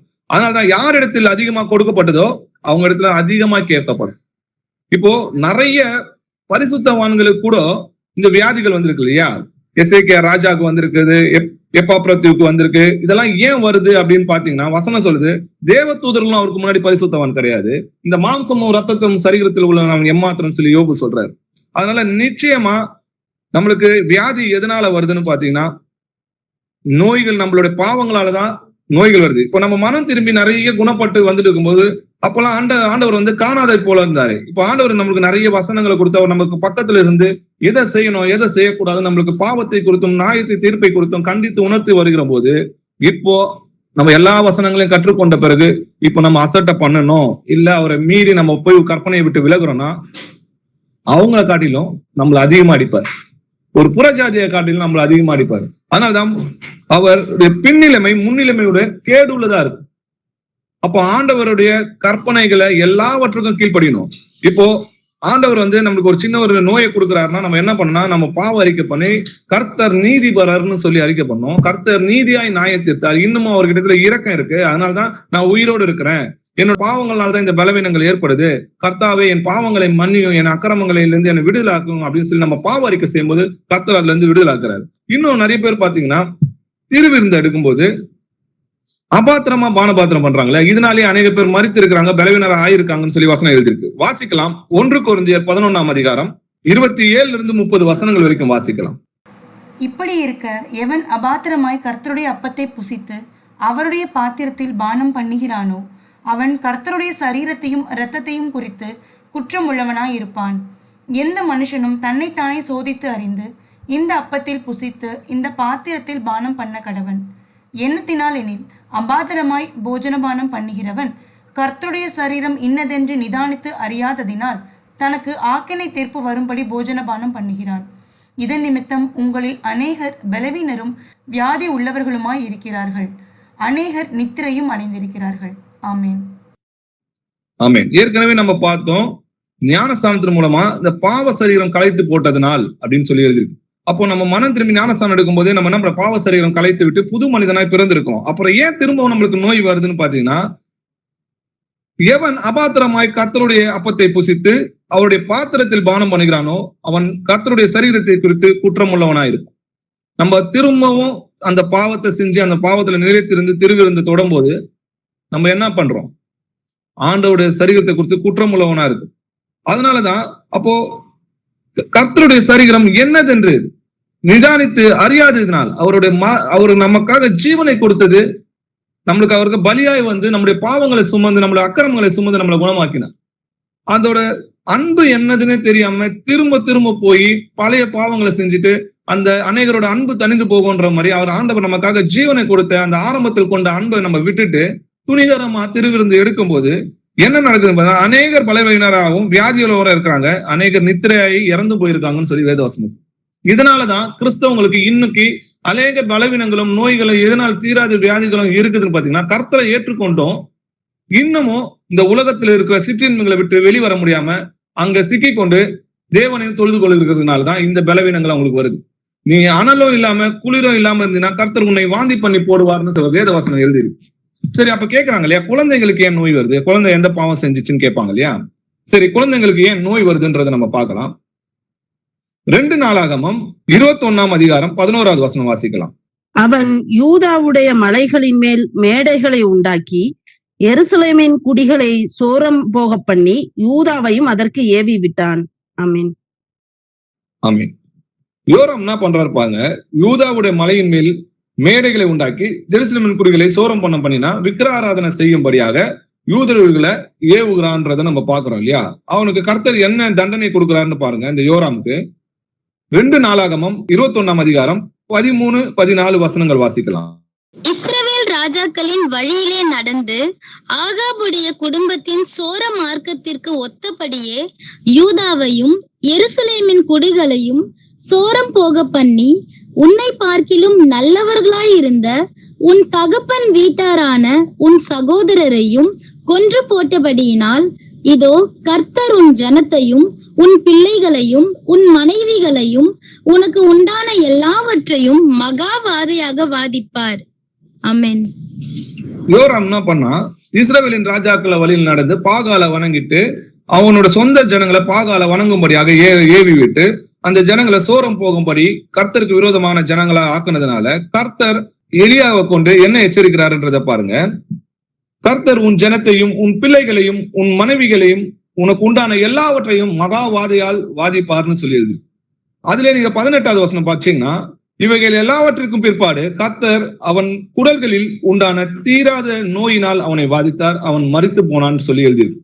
அப்போ அவன் செஞ்ச பாவம் அவனோட பிள்ளைகளுக்கும் அவனுடைய மனைவிகளுக்கும் அவனோட சந்நிதிக்கும் இது உண்டாகுதுன்றத நம்ம பார்க்கிறோம். அப்போ கர்த்தர் ஏற்கனவே சொன்னதுபடி 3ஆம் 4ஆம் தலைமுறையை என்ன பண்ணுவேன், நான் விசாரிப்பேன்னு சொல்றாரு. யாத்திரையாகமம் 20ஆம் அதிகாரம் 4-5 வசனத்துல பாத்தீங்கன்னா, மேல வானத்திலும் கீழே பூமியிலும் எனக்கு யாதொரு உருவத்தையும் சொரூபத்தையும் விக்கிரத்தையும் நீங்க எனக்கு உண்டாக்க வேண்டாம், அதை நமஸ்கரிக்க வேண்டாம், அதை நீங்க சேவிக்க வேண்டாம், நான் எரிச்சல் உள்ள கர்த்தரா இருக்கிறேன். அப்படி நீங்க செஞ்சினா நீங்க என்ன பகைக்கிறீங்க, என்ன பகைக்கிறவன நான் 3ஆம் 4ஆம் தலைமுறை வரைக்கும் விசாரிக்கிறவனா இருப்பேன்னு சொல்றாரு. நீங்க மனம் திரும்பாத வரைக்கும் அந்த சந்நிதி என்ன பண்ணுவாரு, அவர் வாதிப்பாருன்றதை நம்ம பாக்குறோம். இதே போல இன்னொரு சம்பவத்தை நம்ம பார்க்கலாம். 2 சாமுவேல் 12ஆம் அதிகாரம் 13-15 வசனங்கள் வரைக்கும் வாசிக்கலாம். அப்பொழுது தாவீது நாத்தானிடத்தில், நான் கர்த்தருக்கு விரோதமாக பாவம் செய்தேன் என்றான். நாத்தான் தாவீதை நோக்கி, நீ சாகாதபடிக்கு கர்த்தர் உன் பாவம் நீங்க செய்தார். ஆனாலும் இந்த காரியத்தினாலே கர்த்தருடைய சத்துருக்கள் தூஷிக்க நீ காரணமாய் இருந்தபடியினால் உனக்கு பிறந்த பிள்ளை நிச்சயமாய் சாகும் என்று சொல்லி நாத்தான் தன் வீட்டுக்கு போய்விட்டான். அப்பொழுது கர்த்தர் உரியாவின் மனைவி தாவீதுக்கு பெற்ற ஆண் பிள்ளையை அடித்தார். அது வியாதிப்பட்டு கேவலமாய் இருந்தது. ஆமேன். ஆமேன். அப்போ கர்த்தருக்கு விரோதமா தாவீது பாவம் செய்யும் போது என்ன நடந்ததுன்னு பாத்தீங்கன்னா, கர்த்தர் தாவீதை மன்னிச்சுறாரு. ஆனா தாவீதோட பிள்ளைய நிச்சயமாய் சாகுன்னு சொல்றாரு. அப்பொழுது கர்த்தர் உரியாவின் மனைவி தாவீதுக்கு பெற்ற ஆண் பிள்ளையை அடித்தார்னு சொல்லி வேதத்துல எழுதியிருக்கு. அது வியாதிப்பட்டு கேவலமா இருந்ததுன்னு சொல்லி எழுதி. அப்போ தாவீதோட உரியா கிட்ட பெற்ற அந்த பிள்ளை மரித்து போகுதுன்றதை நம்ம பார்க்கிறோம். அப்போ தாவீதோட பாவத்தை அவரோட பிள்ளைகளுக்கு கர்த்தர் கேட்டாருன்றதை நம்ம பார்க்கிறோம். இதே போல இன்னொரு வசனத்தை நம்ம பார்க்கலாம். கர்த்தர் அகியாவிடத்தில் இதோ எரேமியாவின் மனைவி வியாதியா இருக்கிற தன் குமாரனை கிட்ட வந்து விசாரிக்கிறதுக்கு அகியா கிட்ட தீர்க்கதரிசி ஆகிய அகியா கிட்ட அனுப்புறாங்க. அப்போ கர்த்தர் முன்னதாகவே அகியா கிட்ட எரேமியாவோட மனைவி வந்து வேஷம் மாதிரி உங்ககிட்ட வராங்க, வந்து இந்த பையன் பிழைப்பானா அப்படின்னு சொல்லி உங்ககிட்ட தீர்க்க தரிசனம் கேட்கறதுக்காக வந்திருக்காங்கன்னு சொல்லி கர்த்தர் முன்னதாகவே அகியா கிட்ட எச்சரிக்கிறார் இல்லையா. அப்ப என்ன நடக்குதுன்றத பாருங்க. 1 ராஜாக்கள் 14ஆம் அதிகாரம் 7-12 வசனங்கள் வரைக்கும் வாசிக்கலாம். நீ போய் யெரொபெயாமை நோக்கி, இஸ்ரவேலின் தேவனாகிய கர்த்தர் சொல்லுகிறது என்னவென்றால், ஜனத்தினின்று உன்னை நான் உயர்த்தி உன்னை இஸ்ரவேல் எனும் என் ஜனத்தின் மேல் அதிபதியாக வைத்தேன். நான் ராஜ்யபாரத்தை தாவீது வம்சத்தாரின் கையிலிருந்து பிடுங்கி உனக்கு கொடுத்தேன். ஆனாலும் என் கற்பனைகளை கைக்கொண்டு என் பார்வைக்கு செம்மையானதே செய்ய தன் முழு இருதயத்தோடும் என்னை பின்பற்றின என் தாசனாகிய தாவீதை போல நீ இராமல் உனக்கு முன்னிருந்த எல்லாரை பார்க்கிலும் பொல்லாப்பு செய்தாய். எனக்கு கோபம் உண்டாக்க நீ போய் உனக்கு அந்நிய தேவர்களையும் வார்க்கப்பட்ட விக்கிரகங்களையும் உண்டு பண்ணி உனக்கு புறம்பே என்னை தள்ளிவிட்டாய். ஆகையால் இதோ நான் யெரொபெயாமுடைய வீட்டின் மேல் பொல்லாப்பை வரப்பண்ணி யெரொபெயாமுக்கு சுவர் மேல் நீர் விடும் ஒரு நாய் முதலாய் இராதபடிக்கு இஸ்ரவேலிலே அடைப்பட்டவரையும் விடுபட்டவனையும் சங்காரம் பண்ணி குப்பை கழித்து போடப்படுகிறது போல யெரொபெயாமின் பின்னடியாரை அவர்கள் கட்டோடே அற்றுப்போகும் மட்டும் கழித்து போடுவேன் என்றார். யெரொபெயாமின் சந்ததியாரில் பட்டணத்திலே சாகிறவனை நாய்கள் தின்னும், வெளியிலே சாகிறவனை ஆகாயத்தின் பறவைகள் தின்னும். கர்த்தர் இதை உரைத்தார். ஆகையால் நீ எழுந்து உன் வீட்டுக்கு போ. உன் கால்கள் பட்டணத்திற்குள் பிரவேசிக்கையில் பிள்ளையாண்டான் செத்து போவான். ஆமென். ஆமென். யோரேபாமோட பையன் பிழைப்பானா, அவன் வியாதிஸ்தனா இருக்கான். பிழைப்பானான்னு சொல்லி அகியா தீர்க்கதரிசி கிட்ட வந்து கேட்கும்போது அகியா தீர்க்கதரிசி எரேயாவை பார்த்து என்ன சொல்றாங்க பாருங்க. இஸ்ரவேலின் தேவனாகிய கர்த்தர் சொல்லுகிறது என்னவென்றால், ஜனத்திலிருந்து உன்னை நான் என்ன பண்ணேன், இஸ்ரவேலின் ஜனத்துக்கு ராஜாவா ஆக்குனேன். ஆனா நீ என்ன பண்ண, கர்த்தருடைய கற்பனைகளை கை கொண்டு என் பார்வைக்கு செம்மையானதை செய்யாம தாவீதை போல எனக்கு பிரியமா இல்லாம உனக்கு முன் இருந்த எல்லாரும் பார்க்கிலும் பொல்லாப்பை செய்து எனக்கு கோபம் உண்டாக்கி நீ என்ன பண்ண, அந்நிய தேவர்களை வார்ப்பிக்கப்பட்ட விக்கிரங்களை உண்டு பண்ணி எனக்கு கோபத்தை உண்டாக்கி எனக்கு எரிச்சலை உண்டாக்குன. அதனால நான் என்ன பண்ணுவேன், யெரொபெயாமுடைய வீட்டின் மேல் பொல்லாப்பை வர பண்ணி சுவர் மேல் நீரிடும் ஒரு நாய் முதலாய் இஸ்ரவேலிலே உன்னோட சந்நிதியில ஒருவனும் இருக்க மாட்டான். நான் எல்லாரையும் குப்பையை போல கழித்து போடுவேன். பின்னாடியாரை அவர்களுடைய கட்டுகளுடைய அறுத்து போடும் மட்டும் நான் அழித்து போடுவேன். யெரொபெயாமின் சந்ததியாரில் பட்டணத்தில் சாகிறவனை நாய்கள் தின்னும், வெளியே சாகிறவனை ஆகாயத்து பறவைகள் தின்னும் சொல்லி கர்த்தர் சொல்றாரு இல்லையா. இது எல்லாத்துக்கும் முடிஞ்ச பிறகு என்ன ஆகுதுன்னா, நீ எழுந்து உன் வீட்டுக்கு போ, உன் கால்கள் உன் பட்டணத்தில் இருக்கும் போதே உன் பிள்ளை செத்து போவான்னு சொல்றாரு. அதே போல அந்த பிள்ளை செத்து போகுதுன்றத பாக்குறோம். இன்னைக்கு அநேகருக்கு பரம்பரை நோய் வரும். தகப்பனுக்கு இருக்கிற கேன்சர் நோய் அப்படியே அவங்க பிள்ளைகளுக்கு தடி அப்படியே வந்திருக்கும். அதுக்கப்புறம் பாத்தீங்கன்னா சுகர் இருக்கும். இந்த மாதிரி ஏன் இதனால வருது? இது எதனால வருதுன்னா, விக்கிர ஆராதனை செய்யறதுனால, முன்னோர்கள் விக்கிர ஆராதனை செய்யறதுனாலயும் நம்ம செய்யறதுனாலதான் வருது. இதை நம்ம மனம் திரும்பாவிட்டால் கர்த்தர் அதை 3ஆம் 4ஆம் தலைமுறை வரைக்கும் விசாரிப்பார். அப்போ நம்ம மனம் திரும்பி ஆண்டவரிடத்தில் நம்ம பாவங்களை அறிக்கையிட்டோம்னா கர்த்தர் நம்முடைய பாவங்களை நீக்கி நம்மை சுத்தமாக்குவார். அப்போ ஆண்டவருடைய கட்டளைகளை நம்ம கீழ்ப்படிந்தோமானா எகிப்துல உண்டாக்குன வியாதிகளை ஒன்றையும் நமக்கு என்ன பண்ண மாட்டாரு, வர வைக்க மாட்டாரு. வாசிக்கலாம், யாத்திரையாகமம் 15ஆம் அதிகாரம் 26வது வசனம் வாசிக்கலாம். நீ உன் தேவனாகிய கர்த்தரின் சத்தத்தை கவனமாய் கேட்டு அவர் பார்வைக்கு செம்மையானவைகளை செய்து அவர் கட்டளைகளுக்கு செவி கொடுத்து அவருடைய நியமங்கள் யாவையும் கை கொண்டால் நான் எகிப்தியருக்கு வரப்பண்ணின வியாதிகளில் ஒன்றையும் உனக்கு வரப்பண்ணேன். நானே உன் பரிகாரியாகிய கர்த்தர் என்றார். ஆமென். ஆமென். நீ என்னோட கற்பனைகளை கவனித்து அவரோட சத்தத்தை கேட்டு அவருடைய பார்வைக்கு செம்மையான செஞ்சு அவருடைய கட்டளைகளை கை கொண்டு நீ நடந்தினா, அவருடைய அப்படி நடக்கும் போது நடந்தீங்கன்னா என்ன நடக்கும்னு சொல்றாரு கர்த்தர். என்ன ஆசீர்வாதத்தை கொடுக்குறான்னு பாருங்க. நான் எகிப்துக்கு வர பண்ணின வியாதிகளில் ஒன்றையும் உனக்கு வர பண்ணேன். கர்த்தர் நானே உன் பரிகாரியாகிய கர்த்தர்னு சொல்லியிருக்காரு. அப்போ கர்த்தர் ஒரு வார்த்தை சொன்னானா ஆம் என்றும் ஆமேன் என்று அதுல ஒன்றும் தரையில விழ. நம்ம ஆண்டவருடைய கட்டளைகளின் படி உண்மையும் உத்தமமாய் நம்ம நடப்போமானா நமக்கு எந்த நோய் ஆண்டவர் உண்டாக்க மாட்டார். அது எந்த பலவீனமும் நம்மளை நெருங்காது. அப்படி ஆண்டவருடைய கட்டளைகளை மீறுறதுனாலதான் நமக்கு என்ன வருது, இந்த பாவங்களும் பலவீனங்களும் நமக்கு உண்டாகுதுன்றதை நம்ம பாக்குறோம். அதிகமா எதனாலன்னு பாத்தீங்கன்னா விக்கிர ஆராதனை தான் இந்த வியாதிகளுக்கு முதல் காரணமாவே இருக்குது. வாசிக்கலாம், யாத்திரையாகமம் 23ஆம் அதிகாரம் 24-25 வசனங்கள் வாசிக்கலாம். நீ அவர்களுடைய தேவர்களை பணிந்து கொள்ளாமலும் சேவியாமலும் அவர்கள் செய்கைகளின்படி செய்யாமலும் அவர்களை நிர்மூலம் பண்ணி அவருடைய சிலைகளை உடைத்து போடுவாயாக. உங்கள் தேவனாகிய கர்த்தரையே சேவிக்க கடவீர்கள். அவர் உன் அப்பத்தையும் உன் தண்ணீரையும் ஆசீர்வதிப்பார். வியாதியை உன்னிலிருந்து விலக்குவேன். ஆமென். ஆமென். எப்போ வியாதிகளை நம்ம கிட்ட இருந்து விலக்குவாரா? அவர்களுடைய சிலையை உடைத்து போடுவாயாக. அப்போ உன்னோட கர்த்தரை சேவிப்பாங்க, நீ மனம் திரும்பி தேவனிடத்துல வாழ்றாரு. இன்னைக்கும் கத்தோலிக்ல இருக்கிறவங்களுக்கு தான் அநேக நோய்களை வருது நீங்க பாப்பீங்க. இன்னும் ஜீசஸ்க்கு என்ன பண்ணுவாங்க, போட்டோ வச்சு சிலை வச்சு வணங்குறவங்களா இருப்பாங்க. அதை விட்டு நம்ம வெளியே வரணும். ஆண்டவரை காட்டிலும் அதிகமா வேற எதுனா நேசிச்சாலும் என்ன விக்கிராராதனைன்னு சொல்லி எழுதியிருக்கு. இன்னைக்கும் சினிமா, டிவி, செல்போன் அதுக்கு அடிமையா இருக்கிறாங்க. அதை விட்டு வெளியே வரணும். அதை வெளியே வரும்போது கர்த்தர் நம்மள என்ன பண்ணுவாரு, குணமாக்குகிறவரா இருக்கிறார். பண ஆசையாகிய பொருளாசையாகிய விக்கிராராதனை சொல்லி எழுதியிருக்கு. அப்போ இந்த பொருளாசையா இருக்கிறது என்னது, ஒரு விக்கிர ஆராதனை தாங்க. அதை விட்டு நீங்க வெளியே வாங்க, அதை உடைத்து போடுங்க, அந்த சிலையை தூக்கி போடுங்க, கர்த்தர் நமக்கு சுகமாக்குவான்னு சொல்லி எழுதிருக்கு.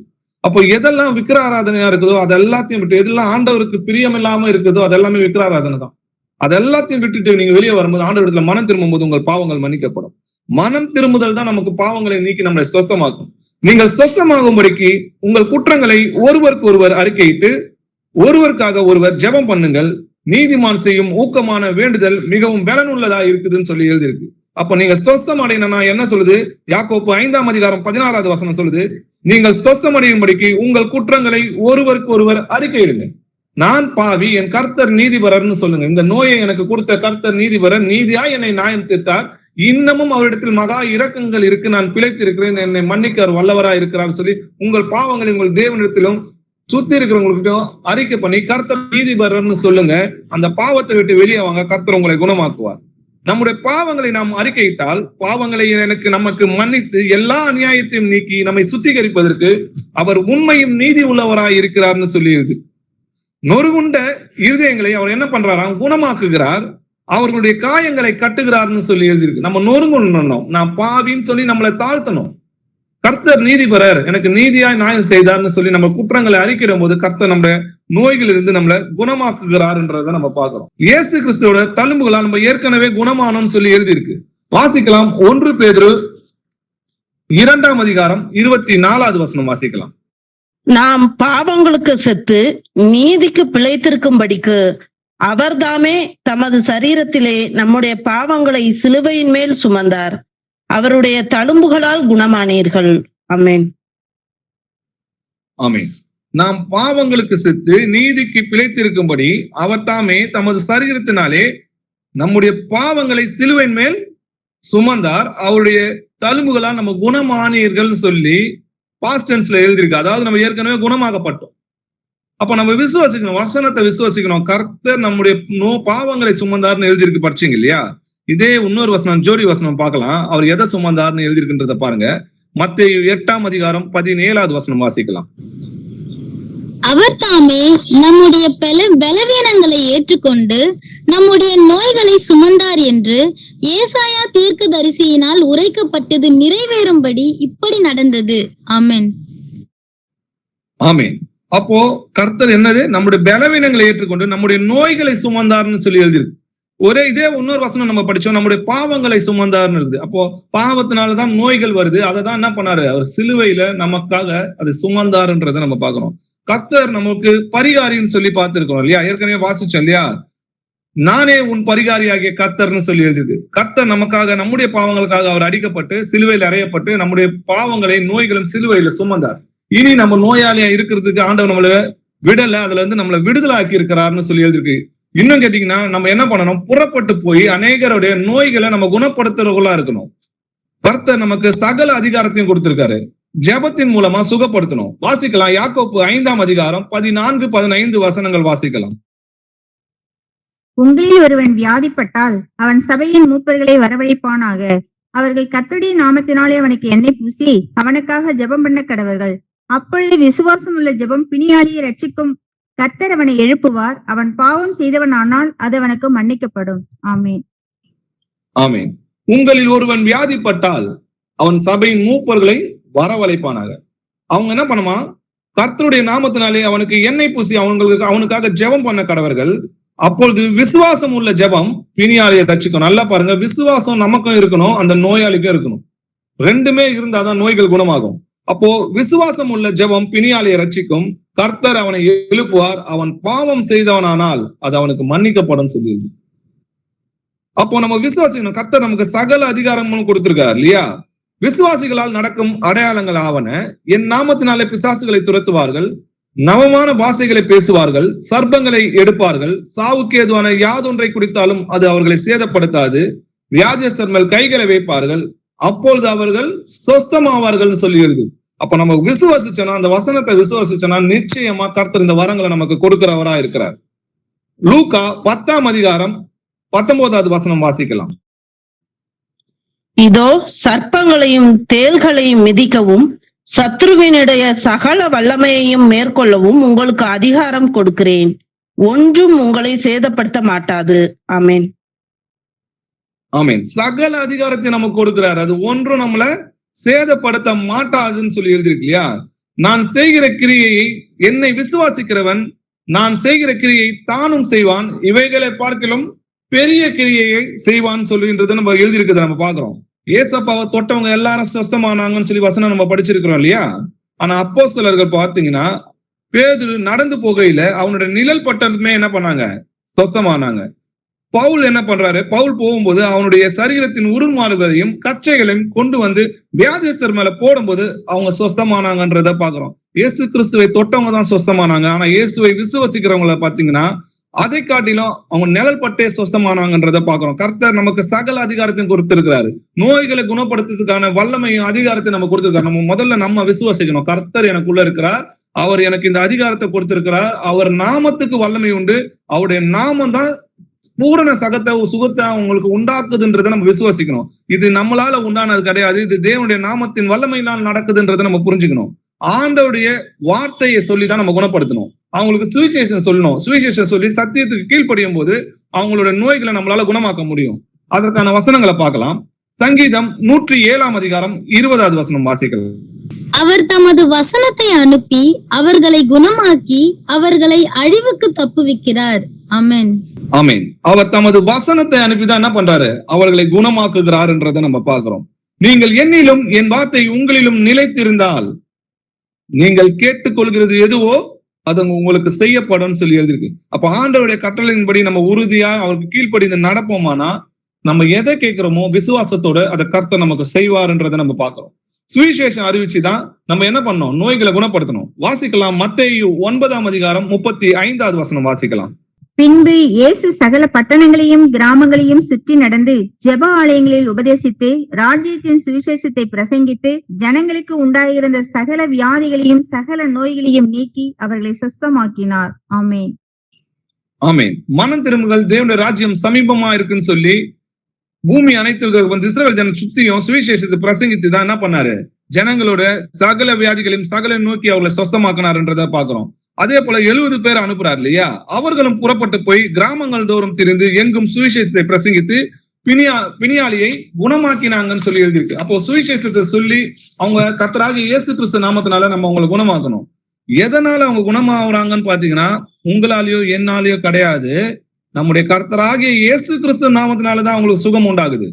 வாசிக்கலாம். அப்போஸ்தலர் 3 அதிகாரம் 2-3 வசனங்கள் வாசிக்கலாம். அப்பொழுது தன் தாயின் வயிற்றிலிருந்து சப்பானியாய் பிறந்த ஒரு மனுஷனை சுமந்து கொண்டு வந்தார்கள். தேவாலயத்திலே பிரவேசிக்கிறவர்களிடத்தில் பிச்சை கேட்கும்படி நாடோறும் அவனை அலங்கார வாசல் எண்ணப்பட்ட தேவாலய வாசல் அண்டையிலே வைப்பார்கள். தேவாலயத்திலே பிரவேசிக்க போகிற பேதுருவையும் யோவானையும் அவன் கண்டு பிச்சை கேட்டான். ஆமென். ஒரு தாயின் வயிற்றிலிருந்து சப்பானியாய் பிறந்த ஒரு மனுஷன் என்ன பண்றாங்க? சுமந்து கொண்டு வந்து தேவாலயத்துல பிச்சை எடுக்கிறதுக்காக வைக்கிறாங்க. அப்போ தேவாலயத்துல பிரவேசிக்கும் போது பேதுருவையும் யோவானையும் அவன் பார்த்து பிச்சை கேட்கிறாங்க இல்லையா? அப்போ பேதுருவும் யோவானும் அந்த சப்பானிக்கு என்ன சொல்றாங்கன்றத நம்ம பாருங்க, எப்படி அவரை சொஸ்தமாக்குறாங்கன்றத பாருங்க. அப்போஸ்தலர் 3 அதிகாரம் 6-8 வசனங்கள் வரைக்கும் வாசிக்கலாம்.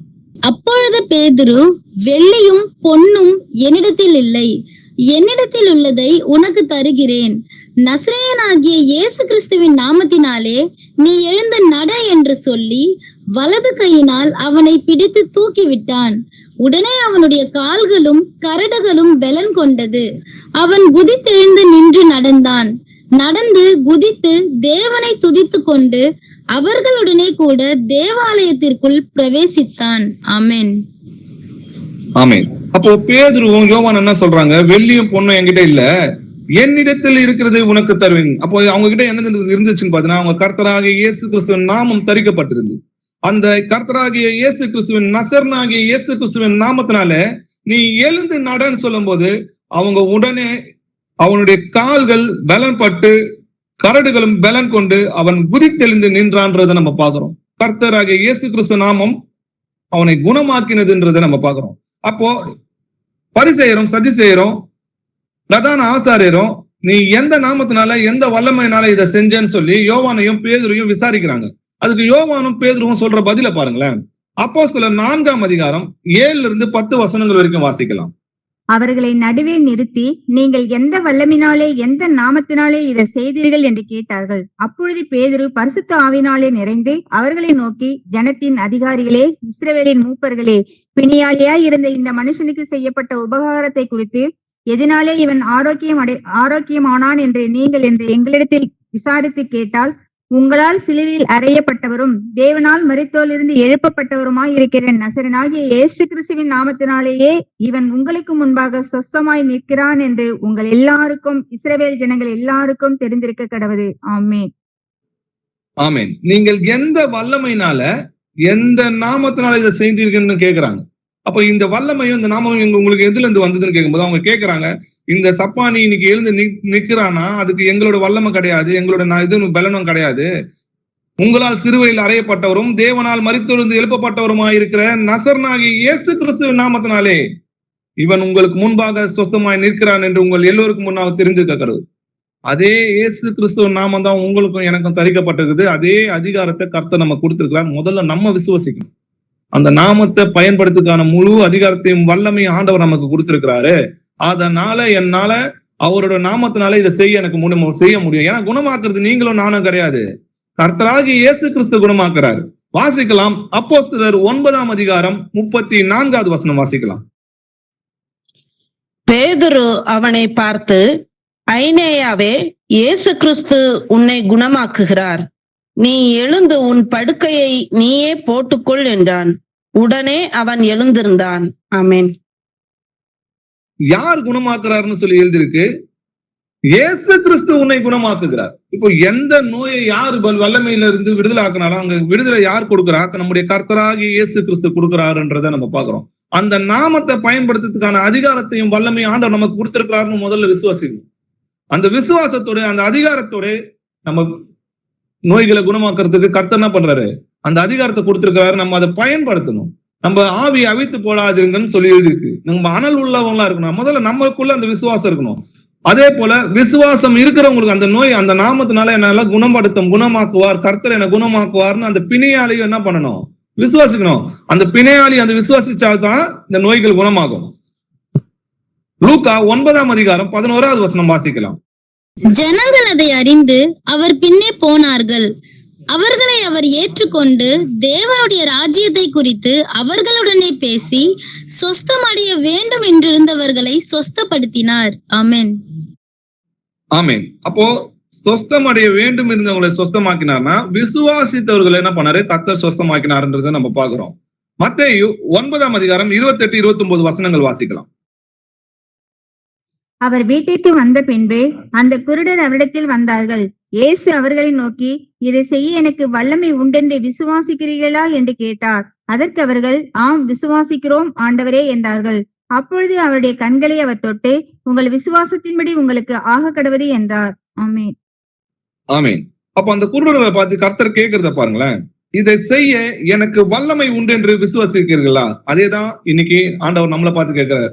அவரு எந்த நாமத்தினால எந்த வல்லமைனால இதை நீங்க சொஸ்தமாக்குறீங்க கேட்கும்போது அவங்க நசரனாகிய இயேசு கிறிஸ்து நாமத்தினாலன்னு சொல்றாங்க. அதே போல பிணியாளியும் இயேசு கிறிஸ்து நாமத்தினால அவங்க ஜெபம் பண்ணும்போது இந்த கர்த்தர் என்னை குணமாக்குவார் அப்படின்னு சொல்லி அவங்க விசுவாசிக்கணும். விசுவாசிக்கும் போதுதான் கர்த்தர் என்ன பண்றாரு? உங்கள் விசுவாசத்தின்படி உங்களுக்கு ஆக கடவுள். நீங்க என்ன நினைக்கிறீங்க, என்ன விசுவாசிக்கிறீங்களோ அதே உங்களுக்கு நடக்கும்னு கர்த்தர் சொல்றாரு இல்லையா? மத்தேயு 8ஆம் அதிகாரம் 5லிருந்து 8 வசனங்கள் வரைக்கும் வாசிக்கலாம். இயேசு கப்பர்நகூமில் பிரவேசித்த போது 100க்கு அதிபதி ஒருவன் அவரிடத்தில் வந்து, ஆண்டவரே, என் வேலைக்காரன் வீட்டிலே திமிர்வாதமாய் கிடந்து கொடிய வேதனைப்படுகிறான் என்று அவரை வேண்டிக் கொண்டான். அதற்கு இயேசு, நான் வந்து அவனை சொஸ்தமாக்குவேன் என்றார். 100க்கு அதிபதி பிரதியுத்தரமாக, ஆண்டவரே, நீர் என் வீட்டுக்குள் பிரவேசிக்க நான் பாத்திரன் அல்ல. ஒரு வார்த்தை மாத்திரம் சொல்லும், அப்பொழுது என் வேலைக்காரன் சொஸ்தமாவான். ஆமென். அப்போ 100க்கு அதிபதி என்ன சொல்றாரு? என் வேலைக்காரன் ஒருத்தன் திமிர்வாத கிடந்து கொடிய வேதனைப்படுகிறான் அப்படின்னு சொல்லும் போது ஆண்டவர் சொல்றாரு, நான் வந்து அவனை சொஸ்தமாக்குவேன்னு சொல்லும் போது 100க்கு அதிபதி பிரதியுத்தமாக, ஆண்டவரே, நீர் என் வீட்டுக்கு பிரவேசிக்க நான் பாத்திரம் கிடையாது. ஒரு வார்த்தை மாத்திரம் சொல்லும், அப்பொழுது என் வேலைக்காரன் சொஸ்தமாவான்னு சொல்லும் போது கர்த்தர் அவனுடைய விசுவாசத்தை குறித்து ஆச்சரியப்பட்டார்னு சொல்லி எழுதுது. அதிலே மத்தேயு 8ஆம் அதிகாரம் 13வது வசனம் வாசிக்கலாம். பின்பு இயேசு 100க்கு அதிபதியை நோக்கி, நீ போகலாம், நீ விசுவாசித்தபடியே உனக்கு ஆக கடவது என்றார். அந்த நாழிகையிலே அவன் வேலைக்காரன் சொஸ்தமானான். ஆமென். ஆமென். அப்போ 100க்கு அதிபதியை பார்த்து நீ போகலாம், நீ விசுவாசித்தபடியே உனக்கு ஆக கடவுது. அப்போ நம்ம என்ன விசுவாசிக்கிறோமோ அதுதான் நமக்கு நடக்கும். அந்த நாளிகையிலே அவன் வேலைக்காரன் சொஸ்தமானான்னு சொல்லி எழுதியிருக்கு. அதே போல பாத்தீங்கன்னா பெரும்பாடு உள்ள ஒரு ஸ்திரீ இருப்பாங்க இல்லையா, அவங்க என்ன பண்ணுவாங்க, கர்த்தருடைய வஸ்திரத்தை ஆகிலும் தொட்டா நான் சொஸ்தமாவன்னு சொல்லி அந்த ஜனத்தின் மத்தியில, கூட்டத்தின் மத்தியில போய் விசுவாசத்தோட அவருடைய வஸ்திரத்தின் ஓரத்தை தொட்டால்னு சொல்லி எழுதியிருக்கு. இயேசு திரும்பி பார்த்து அவளை பார்த்து, மகனே திடன்கொள், உன் விசுவாசம் உன்னை ரட்சித்ததுன்னு சொல்லி ஆண்டவர் சொல்றாரு. அப்போ நம்ம விசுவாசத்தோட ஆண்டவர் என்னை குணமாக்க வல்லவரா இருக்கிறார் அப்படின்னு சொல்லி நம்ம விசுவாசிச்சோம்னா நிச்சயமா கர்த்தர் நம்மளை குணமாக்குறவரா இருக்கிறார். சரி, அதே போல அப்ப நம்ம ஏன் ஜெபம் பண்றோமே, ஏன் நோய்கள் குணமாக மாட்டது அப்படின்னு கேட்டீங்கன்னா, முதல்ல அந்த பிணையாளி இயேசு கிறிஸ்து நாமம் நம்மளை குணமாக்கும் அப்படின்னு சொல்லி அவங்க விசுவாசிக்கணும். ரெண்டாவது, ஜெபம் பண்றவங்களும் ஆண்டவர் எனக்கு இந்த அதிகாரத்தை கொடுத்திருக்கிறாரு, இந்த வல்லமை எனக்கு கொடுத்திருக்கிறார், கர்த்தருடைய நாமம் சகல நோய்களையும் நீக்கி நம்மை சுத்தமாக்கும், அந்த வல்லமை, அந்த நாமத்துக்கு அதிகாரம் உண்டு, அந்த நாமத்துக்கு வல்லமை உண்டு, அந்த வல்லமையை பயன்படுத்துக்கான அதிகாரம் உண்டுன்றது நம்ம விசுவாசிக்கணும். அப்படி இல்லைன்னா நம்மளால என்ன பண்ண முடியாது, அந்த நோய் குணமாவாது. அதற்கான வசனங்களை பார்க்கலாம். இயேசு கிறிஸ்து பாத்தீங்கன்னா அவரோட சொந்த ஊருக்கு போறாரு. சொந்த ஊருக்கு போகும்போது பாத்தீங்கன்னா அவர் யாரும் விசுவாசிக்க மாட்டாங்க. இவங்க அப்பாவும் இவங்க அம்மாவும் இங்க தானே இருக்கிறாங்க, இவங்களோட சகோதரன் நம்ம கிட்ட இருக்கிறாங்களே அப்படின்னு சொல்லி அபிவிசுவாசமா பேசுவாங்களா. அப்ப கர்த்தர் சொல்லுவாரு, ஒரு தீர்க்கதரிசி தான் சொந்த ஊர்ல அவமானப்படுற மாதிரி வேற எங்கேயுமே அவமானப்பட மாட்டாங்க இல்லையா.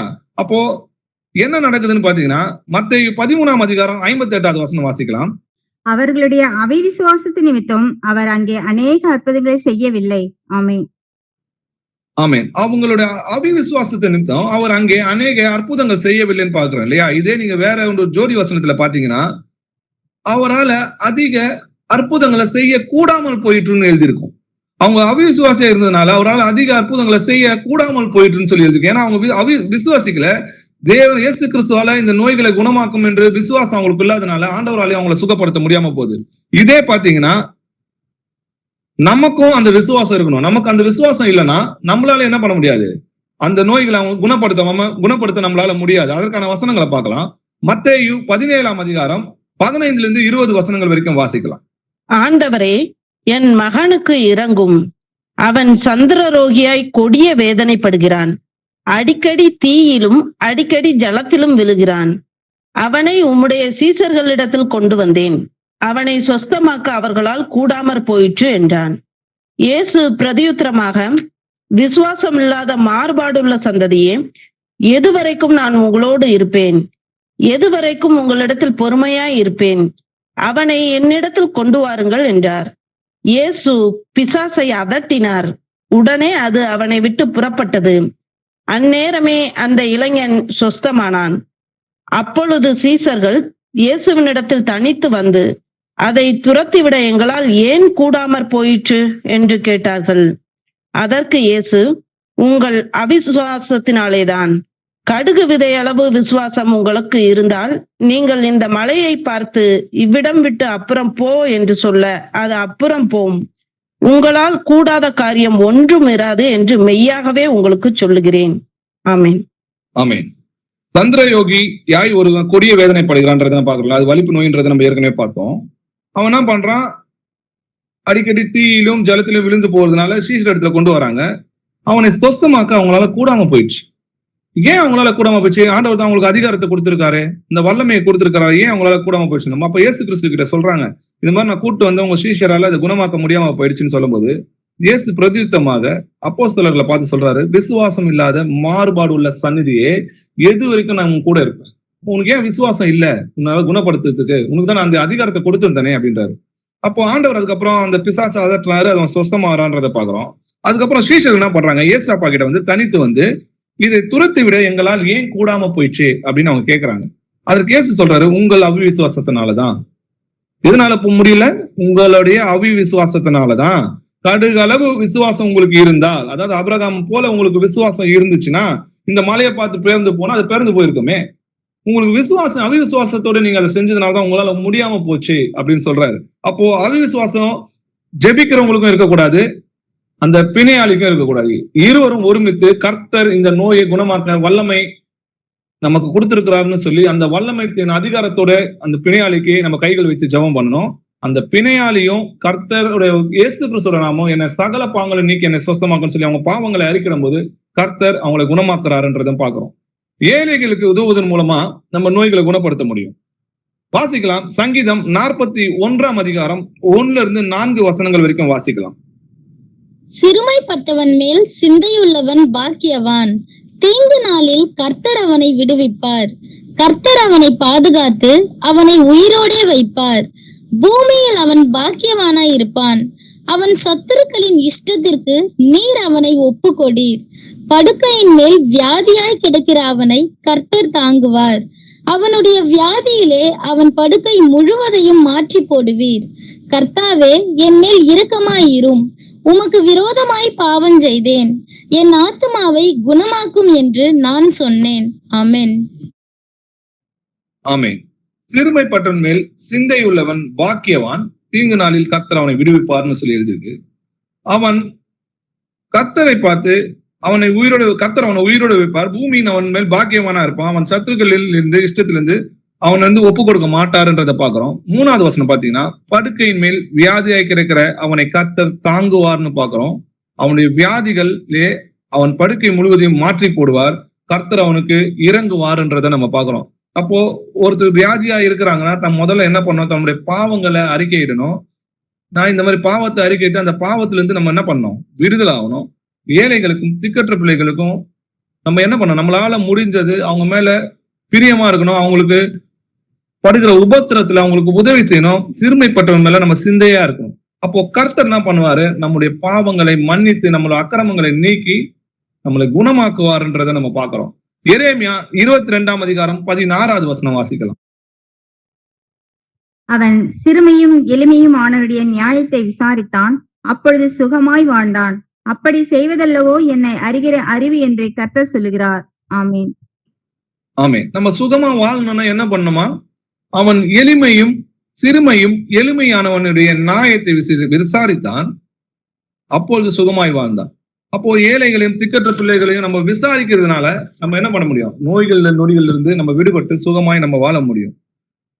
நம்முடைய கர்த்தராகிய இயேசு கிறிஸ்துவின் பிதாவாகிய தேவனுக்கு ஸ்தோத்திரம்.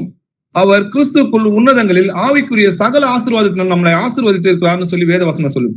அப்போ இந்த சகல ஆவிக்குரிய ஆசீர்வாதங்களையும் கொண்டு இயேசு கிறிஸ்துவின் நாமத்தினால அவங்களை குணப்படுத்த நம்மளுக்கு சகல அதிகாரங்களையும் ஆண்டவர் கொடுத்திருக்கிறார்.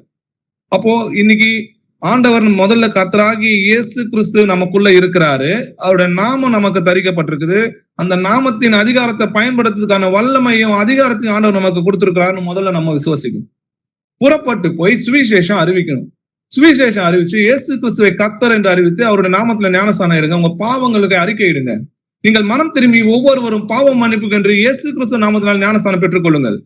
அப்போ இயேசு கிறிஸ்து நாமத்தை நம்ம ஞானஸ்தானம் எடுக்கும் போது அப்பொழுது பரிசுத்தாவின் வரங்களை பெறுவீங்க. அப்ப பரிசுத்தாவின் நமக்குள்ள இருக்கிற நம்மளுடைய நோய்கள் நமக்கு குணமாகும். அவரை தொட்டவர்கள் யாவரும் சுத்தமானவர்கள் சொல்லியிருக்கு. அப்ப கர்த்தர் நமக்குள்ள இருக்கிறாருன்னா நமக்கு எப்படி நோய்கள் வரும்? நம்ம நோய்களை குணப்படுத்துகிறதான் கர்த்தர் நம்மளை அனுப்புனாருன்றதை நம்ம பார்க்கணும். இந்த நோய் நம்முடைய பாவங்களால தான் வருதுன்றதை நம்ம புரிஞ்சுக்கணும். நம்மள பாவங்களை அறிக்கையிட்டு நம்ம மனம் திரும்பும் போது கர்த்தர் நம்மளை சுத்தமாக்குறாரு. ஏழையும் திக்கற்ற பிள்ளைகளையும் விசாரிக்கும் போது நம்ம அவங்களுக்கு இறங்கும் போது கர்த்தரும் நம் மீது இறங்கி நம்மளுடைய நோய்களை குணப்படுத்துகிறாருன்றதை பாக்குறோம். விக்கிராராதனை செய்யறவங்களே மனம் திரும்புங்க. ஏன்னா அதோட பாவம் உங்களுடைய தலைமுறையும் பாதிக்கும். இன்னைக்கு தலைமுறையா இந்த நோய் உங்களுக்கு இருக்குதுன்னா நீங்க யோசிக்கவே வேணாம். அது விக்கிராராதனால நம்ம முன்னோர்கள் செய்த பாவமும் இன்னமும் நம்ம மனம் திரும்பாம அந்த பாவத்துல நிலைத்திருக்கிறதுனாலே தான் நமக்கு இந்த நோய்கள் வருது. உடனே நம்ம மனம் திரும்பி ஆண்ட சிலைகளை உடைத்து போடுங்கன்னு சொல்லியிருக்கு. நம்ம சிலையை வச்சு வணங்குறமா கேட்டா போட்டோ, இன்னும் வாட்ஸ்அப்ல ஸ்டேட்டஸ் இந்த மாதிரி எல்லாம் வச்சு இன்னமும் விக்கிராராதனை தான் செஞ்சுட்டு இருக்கிறோம். பொருளாசையாக விக்கிராராதனை செஞ்சுக்கிறோம். தேவனை காட்டிலும் அதிகமாக செல்போனையோ டிவியோ சினிமாவையோ பார்த்து இன்னமும் விக்கிராராதனை செய்கிறோம். தேவனை காட்டிலும் அதிகமா என்ன பண்றோம்? வேறொரு உலகத்தில் இருக்கிற பொருட்களை இன்னமும் நேசிச்சு கொண்டுக்கிறோம். இன்னமும் ஆண்டவருடைய கட்டளைகளுக்கு கீழ்ப்படியாம முரட்டாட்டம் பண்ணிட்டு இருக்கிறோம். அவபக்தி இருக்குது. அவபக்தி முரட்டாட்டம் பண்ணதெல்லாம் ரெண்டகம் பண்றதெல்லாம் எப்படி இருக்குன்னா பில்லி சூனிய போகிறதுக்கும் விக்கிராராதனை செய்யறதுக்கும் சமமா இருக்குதுன்னு சொல்லி எழுதியிருக்கு. அப்போ எதெல்லாம் இன்னமும் நம்ம நோயில் இருக்கிறோம்னா இன்னைக்கே நீங்க மனம் திரும்பி கர்த்தர் முதல்ல நீதிபரர்னு அறிக்கையிடுங்க. நம்ம வெகு நாளா ரொம்ப காலமா நம்ம தீராத வியாதியில இருக்கிறீங்களா? நீங்க முதல்ல மனம் திரும்பி கர்த்தர் நீதிபரர்னு அறிக்கையிடுங்க. கர்த்தர் நீதியாய் நியாயம் தீர்த்தார். நான் இந்த பாவம் செஞ்சேன், அதனால அந்த புஸ்தகத்துல எழுதியிருக்கிற தண்டனையை எனக்கு கொடுத்தாரு. நான் மனம் திரும்ப, என் கர்த்தர் மகா இரக்கம் உள்ளவரா இருக்கிறார், அதனால நான் பிழைத்து இருக்கிறேன், இன்னமும் நான் ஜீவித்திருக்கிறேன், எனக்கு ஜீவனை கொடுத்து வைத்திருக்கிறேன்னா நான் மனம் திரும்புதலுக்காக காத்து கொண்டிருக்கிறாருன்னு சொல்லி உங்களுடைய பாவங்களை நீங்க கண்ணீர் விட்டு அறிக்கை பண்ணி அதை விட்டு விடும் போது கர்த்தர் எல்லாவற்றையும் மன்னிக்கிறதுக்கு மகா இரக்கமும் கிருபையும் உள்ளவரா இருக்கிறார்ன்றது சொல்லி எழுதி இறைமேல ஒரு இடத்துல சொல்றாரு, ஒரு மனைவி தன் புருஷனுக்கு துரோகம் பண்ணி வேறொருத்தன் கூட போயிட்டு திரும்ப நீங்க வந்தா சேர்த்துப்பீங்களா? நானும் இஸ்ரவேல் ஜனங்களை சேர்த்து பண்றாரு. அதாவது இந்த ஜனங்க என்னை விட்டு விக்கிராதனை பண்ணி பாகால வழிபட்டு தோப்புகளை உண்டாக்கி அங்க வேசித்தனம் பண்ணி என்னை விட்டு சோரம் போனாங்க. ஆனா மனம் திருமுனை என்னிடத்தில் வந்தா நான் சேர்த்துக் கொள்வேன்னு சொல்றாரு. அவர் பாவிகளை தான் நேசிக்கிறவர்னு சொல்லி எழுதியிருக்கு. நம்முடைய பாவின் முதல்ல நம்ம ஒத்துக்கொள்ளணும். நம்முடைய ரட்சகர் கர்த்தராகிய இயேசு கிறிஸ்துன்னு சொல்லி அறிக்கையிட்டு நம்ம பாவங்களை அறிக்கைவிட்டோம்னா கர்த்தர் நம்மளை சுகமாக்கி நமக்கு பூரண சுகமான வாழ்வை கொடுப்பார். இம்மைக்கு மாத்திரம் கிடையாது, வருகிற காலத்திலையும் நித்திய ஜீவனை கொடுத்து அவர் எப்படி இருக்கிறாரோ அவ்வண்ணமாகவே நம்மளும் அவரை தரிசிப்போம். அதனாலதான் பாத்தீங்கன்னா முதல் வரிகளை தான் பாவ மாம்சத்தில் வெளிப்பட்டாரு. 2ஆம் தரம் பாவம் இல்லாமல் தரிசனம் ஆவார்னு சொன்னா ஆவிக்குரிய சரீரத்துல வருவார், இந்த மாம்சமும் ரத்தத்துல வரமாட்டார். அவர் எப்படி இருக்கிறாரோ அவ்வண்ணமாவே நம்ம அவரை தரிசிக்கும் போது அவருக்கு ஒப்பா இருப்போம், நித்திய ஜீவனை பெற்றுக்கொள்வோன்றதை நம்ம பாக்குறோம். அப்போ மரணத்திலிருந்து நம்ம விடுதலையாக்கி நித்திய ஜீவனை பெற்றுக்கொள்வோம். மரணம் ஜெயமாக விழுங்கப்பட்டது என்ற வசனம் நிறைவேறதுக்கு நம்ம பாத்திரவானா இருப்போம். அதற்கு இன்னைக்கே நம்ம எல்லா விஷயத்திலும் நம்ம மனம் திரும்பி கர்த்தரிடத்துல ஒப்புரவானால் கர்த்தர் நம்முடைய எல்லா பாவங்களையும் மன்னித்து நம்மளை மன்னிக்கிறதுக்கு அவர் உண்மையும் நீதி உள்ளவருமா இருக்கிறார். ஆமென். அப்பா, உம்மை துதிக்கிறோம், உம்மை போற்றுகிறோம். நீ நல்லவர், வல்லவர், இரக்கமும் நீதியும் கிருபையும் உள்ளவரா இருக்கிறீர் கர்த்தாவே. அப்பா, உம்முடைய கிருபையும் அன்பும் அளவிடப்படாது கர்த்தாவே. உடைய அன்பின் ஆழம், அகலம், உயரம், நீளம் என்னது என்று நாங்க இன்னும் அதிகமா கற்றுக்கொள்ளணும்ப்பா. எங்களோட இன்னைக்கு அநேகரோட அன்பு தணிந்து போயிருக்குது கர்த்தாவே. அப்பா, எங்களை மன்னியும். நீங்க எங்களுக்காக சிலுவையில் பட்ட பாடுகளையும் அவமானத்தையும் நாங்கள் தினமும் நினைக்காதபடி குற்றமுள்ள பாவிகளாக இருக்கிறோம் கர்த்தாவே. ஒருவன் கர்த்தராகிய கிறிஸ்துவிடத்தில் அன்பு கூறாமல் போனால் அவன் சபிக்கப்பட்டவன் சொல்லி எழுதியிருக்கு கர்த்தாவே. அப்பா, எங்கள் பாவங்களை மன்னி உடைய அன்பையும் கிருபையும் நாங்க சிந்திக்காம எவ்வளவு தடவை அதை அசட்டை பண்ணி இருக்கிறோம் கர்த்தாவே. அதனாலே நாங்கள் பலவீனரா இருக்கிறோம் கர்த்தாவே. எங்களுடைய பாவங்களையும் அக்கிரங்களையும் மன்னியும் கர்த்தாவே. இதோ இங்க கூடியிருக்கிற சகோதர சகோதரிகளை கர்த்தராகி இயேசு கிறிஸ்து நாமத்தினால ஆசீர்வதிக்கிறப்பா. அவங்க பலவீனங்களை நீக்குங்கப்பா, அவங்க நோய்களை குணப்படுத்துங்கப்பா. அவங்க புறப்பட்டு போய் சுவிசேஷம் சொல்லி இன்னும் அநேகரை சுகப்படுத்தும்படியான வல்லமையும் அதிகாரத்தையும் அவங்க கொடுத்திருக்கிறத நீங்க அவங்க விசுவாசிக்கும்படியாக அந்த நாமத்தின் வல்லமையின் அதிகாரம் என்னதென்று அவங்களுக்கு புரிய வைங்கப்பா.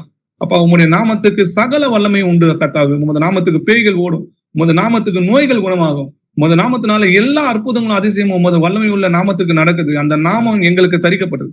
எத்தனை பேர் இயேசு கிறிஸ்துக்குள்ளாக ஞானஸ்தானம் பெற்றார்களோ அத்தனை பேரும் கிறிஸ்துவின் நாமத்தை தரித்து கொண்டார்கள் சொல்லி எழுதியிருக்கு கர்த்தாவே. அப்ப நாங்க புறப்பட்டு போய் சகல பேருக்கும் நாங்க சுவிசேஷம் அறிவிக்கிறதுக்கும் நோய்களை குணமாக்கவும் பேய்களை துரத்துறதுக்கும் எங்களுக்கு அதிகாரம் கொடுத்திருக்கிற கர்த்தாவே. அந்த அதிகாரத்தை பயன்படுத்துறதுக்கான வல்லமையும் அதிகாரத்தை நீங்க எங்களுக்கு கொடுத்திருக்கீங்க கர்த்தாவே. அதற்கான விசுவாசத்தை எங்களுக்கு கொடுங்கப்பா. எங்களோட அவிசுவாசம் நீங்கும்படியாய் செய்தரலாம். நாங்க புறப்பட்டு போய் முழு விசுவாசத்தோட இந்த காரியம் நீங்க செய்ய சொன்ன காரியங்களை நாங்கள் செய்து சுவிசேஷம் பிரசங்கித்து நோய்களை குணமாக்குற அந்த கிருபை எங்களுக்கு தாங்கப்பா. எங்களுக்கு நோய்களை குணமாக்குற வரங்களை தாங்கப்பா. துதியும் கனமும் மகிமையும் உமக்கே செலுத்துறப்பா. இயேசுவின் நாமத்தில் ஜெபிக்கிறோம் எங்கள் ஜீவனுள்ள பிதாவே, ஆமென்.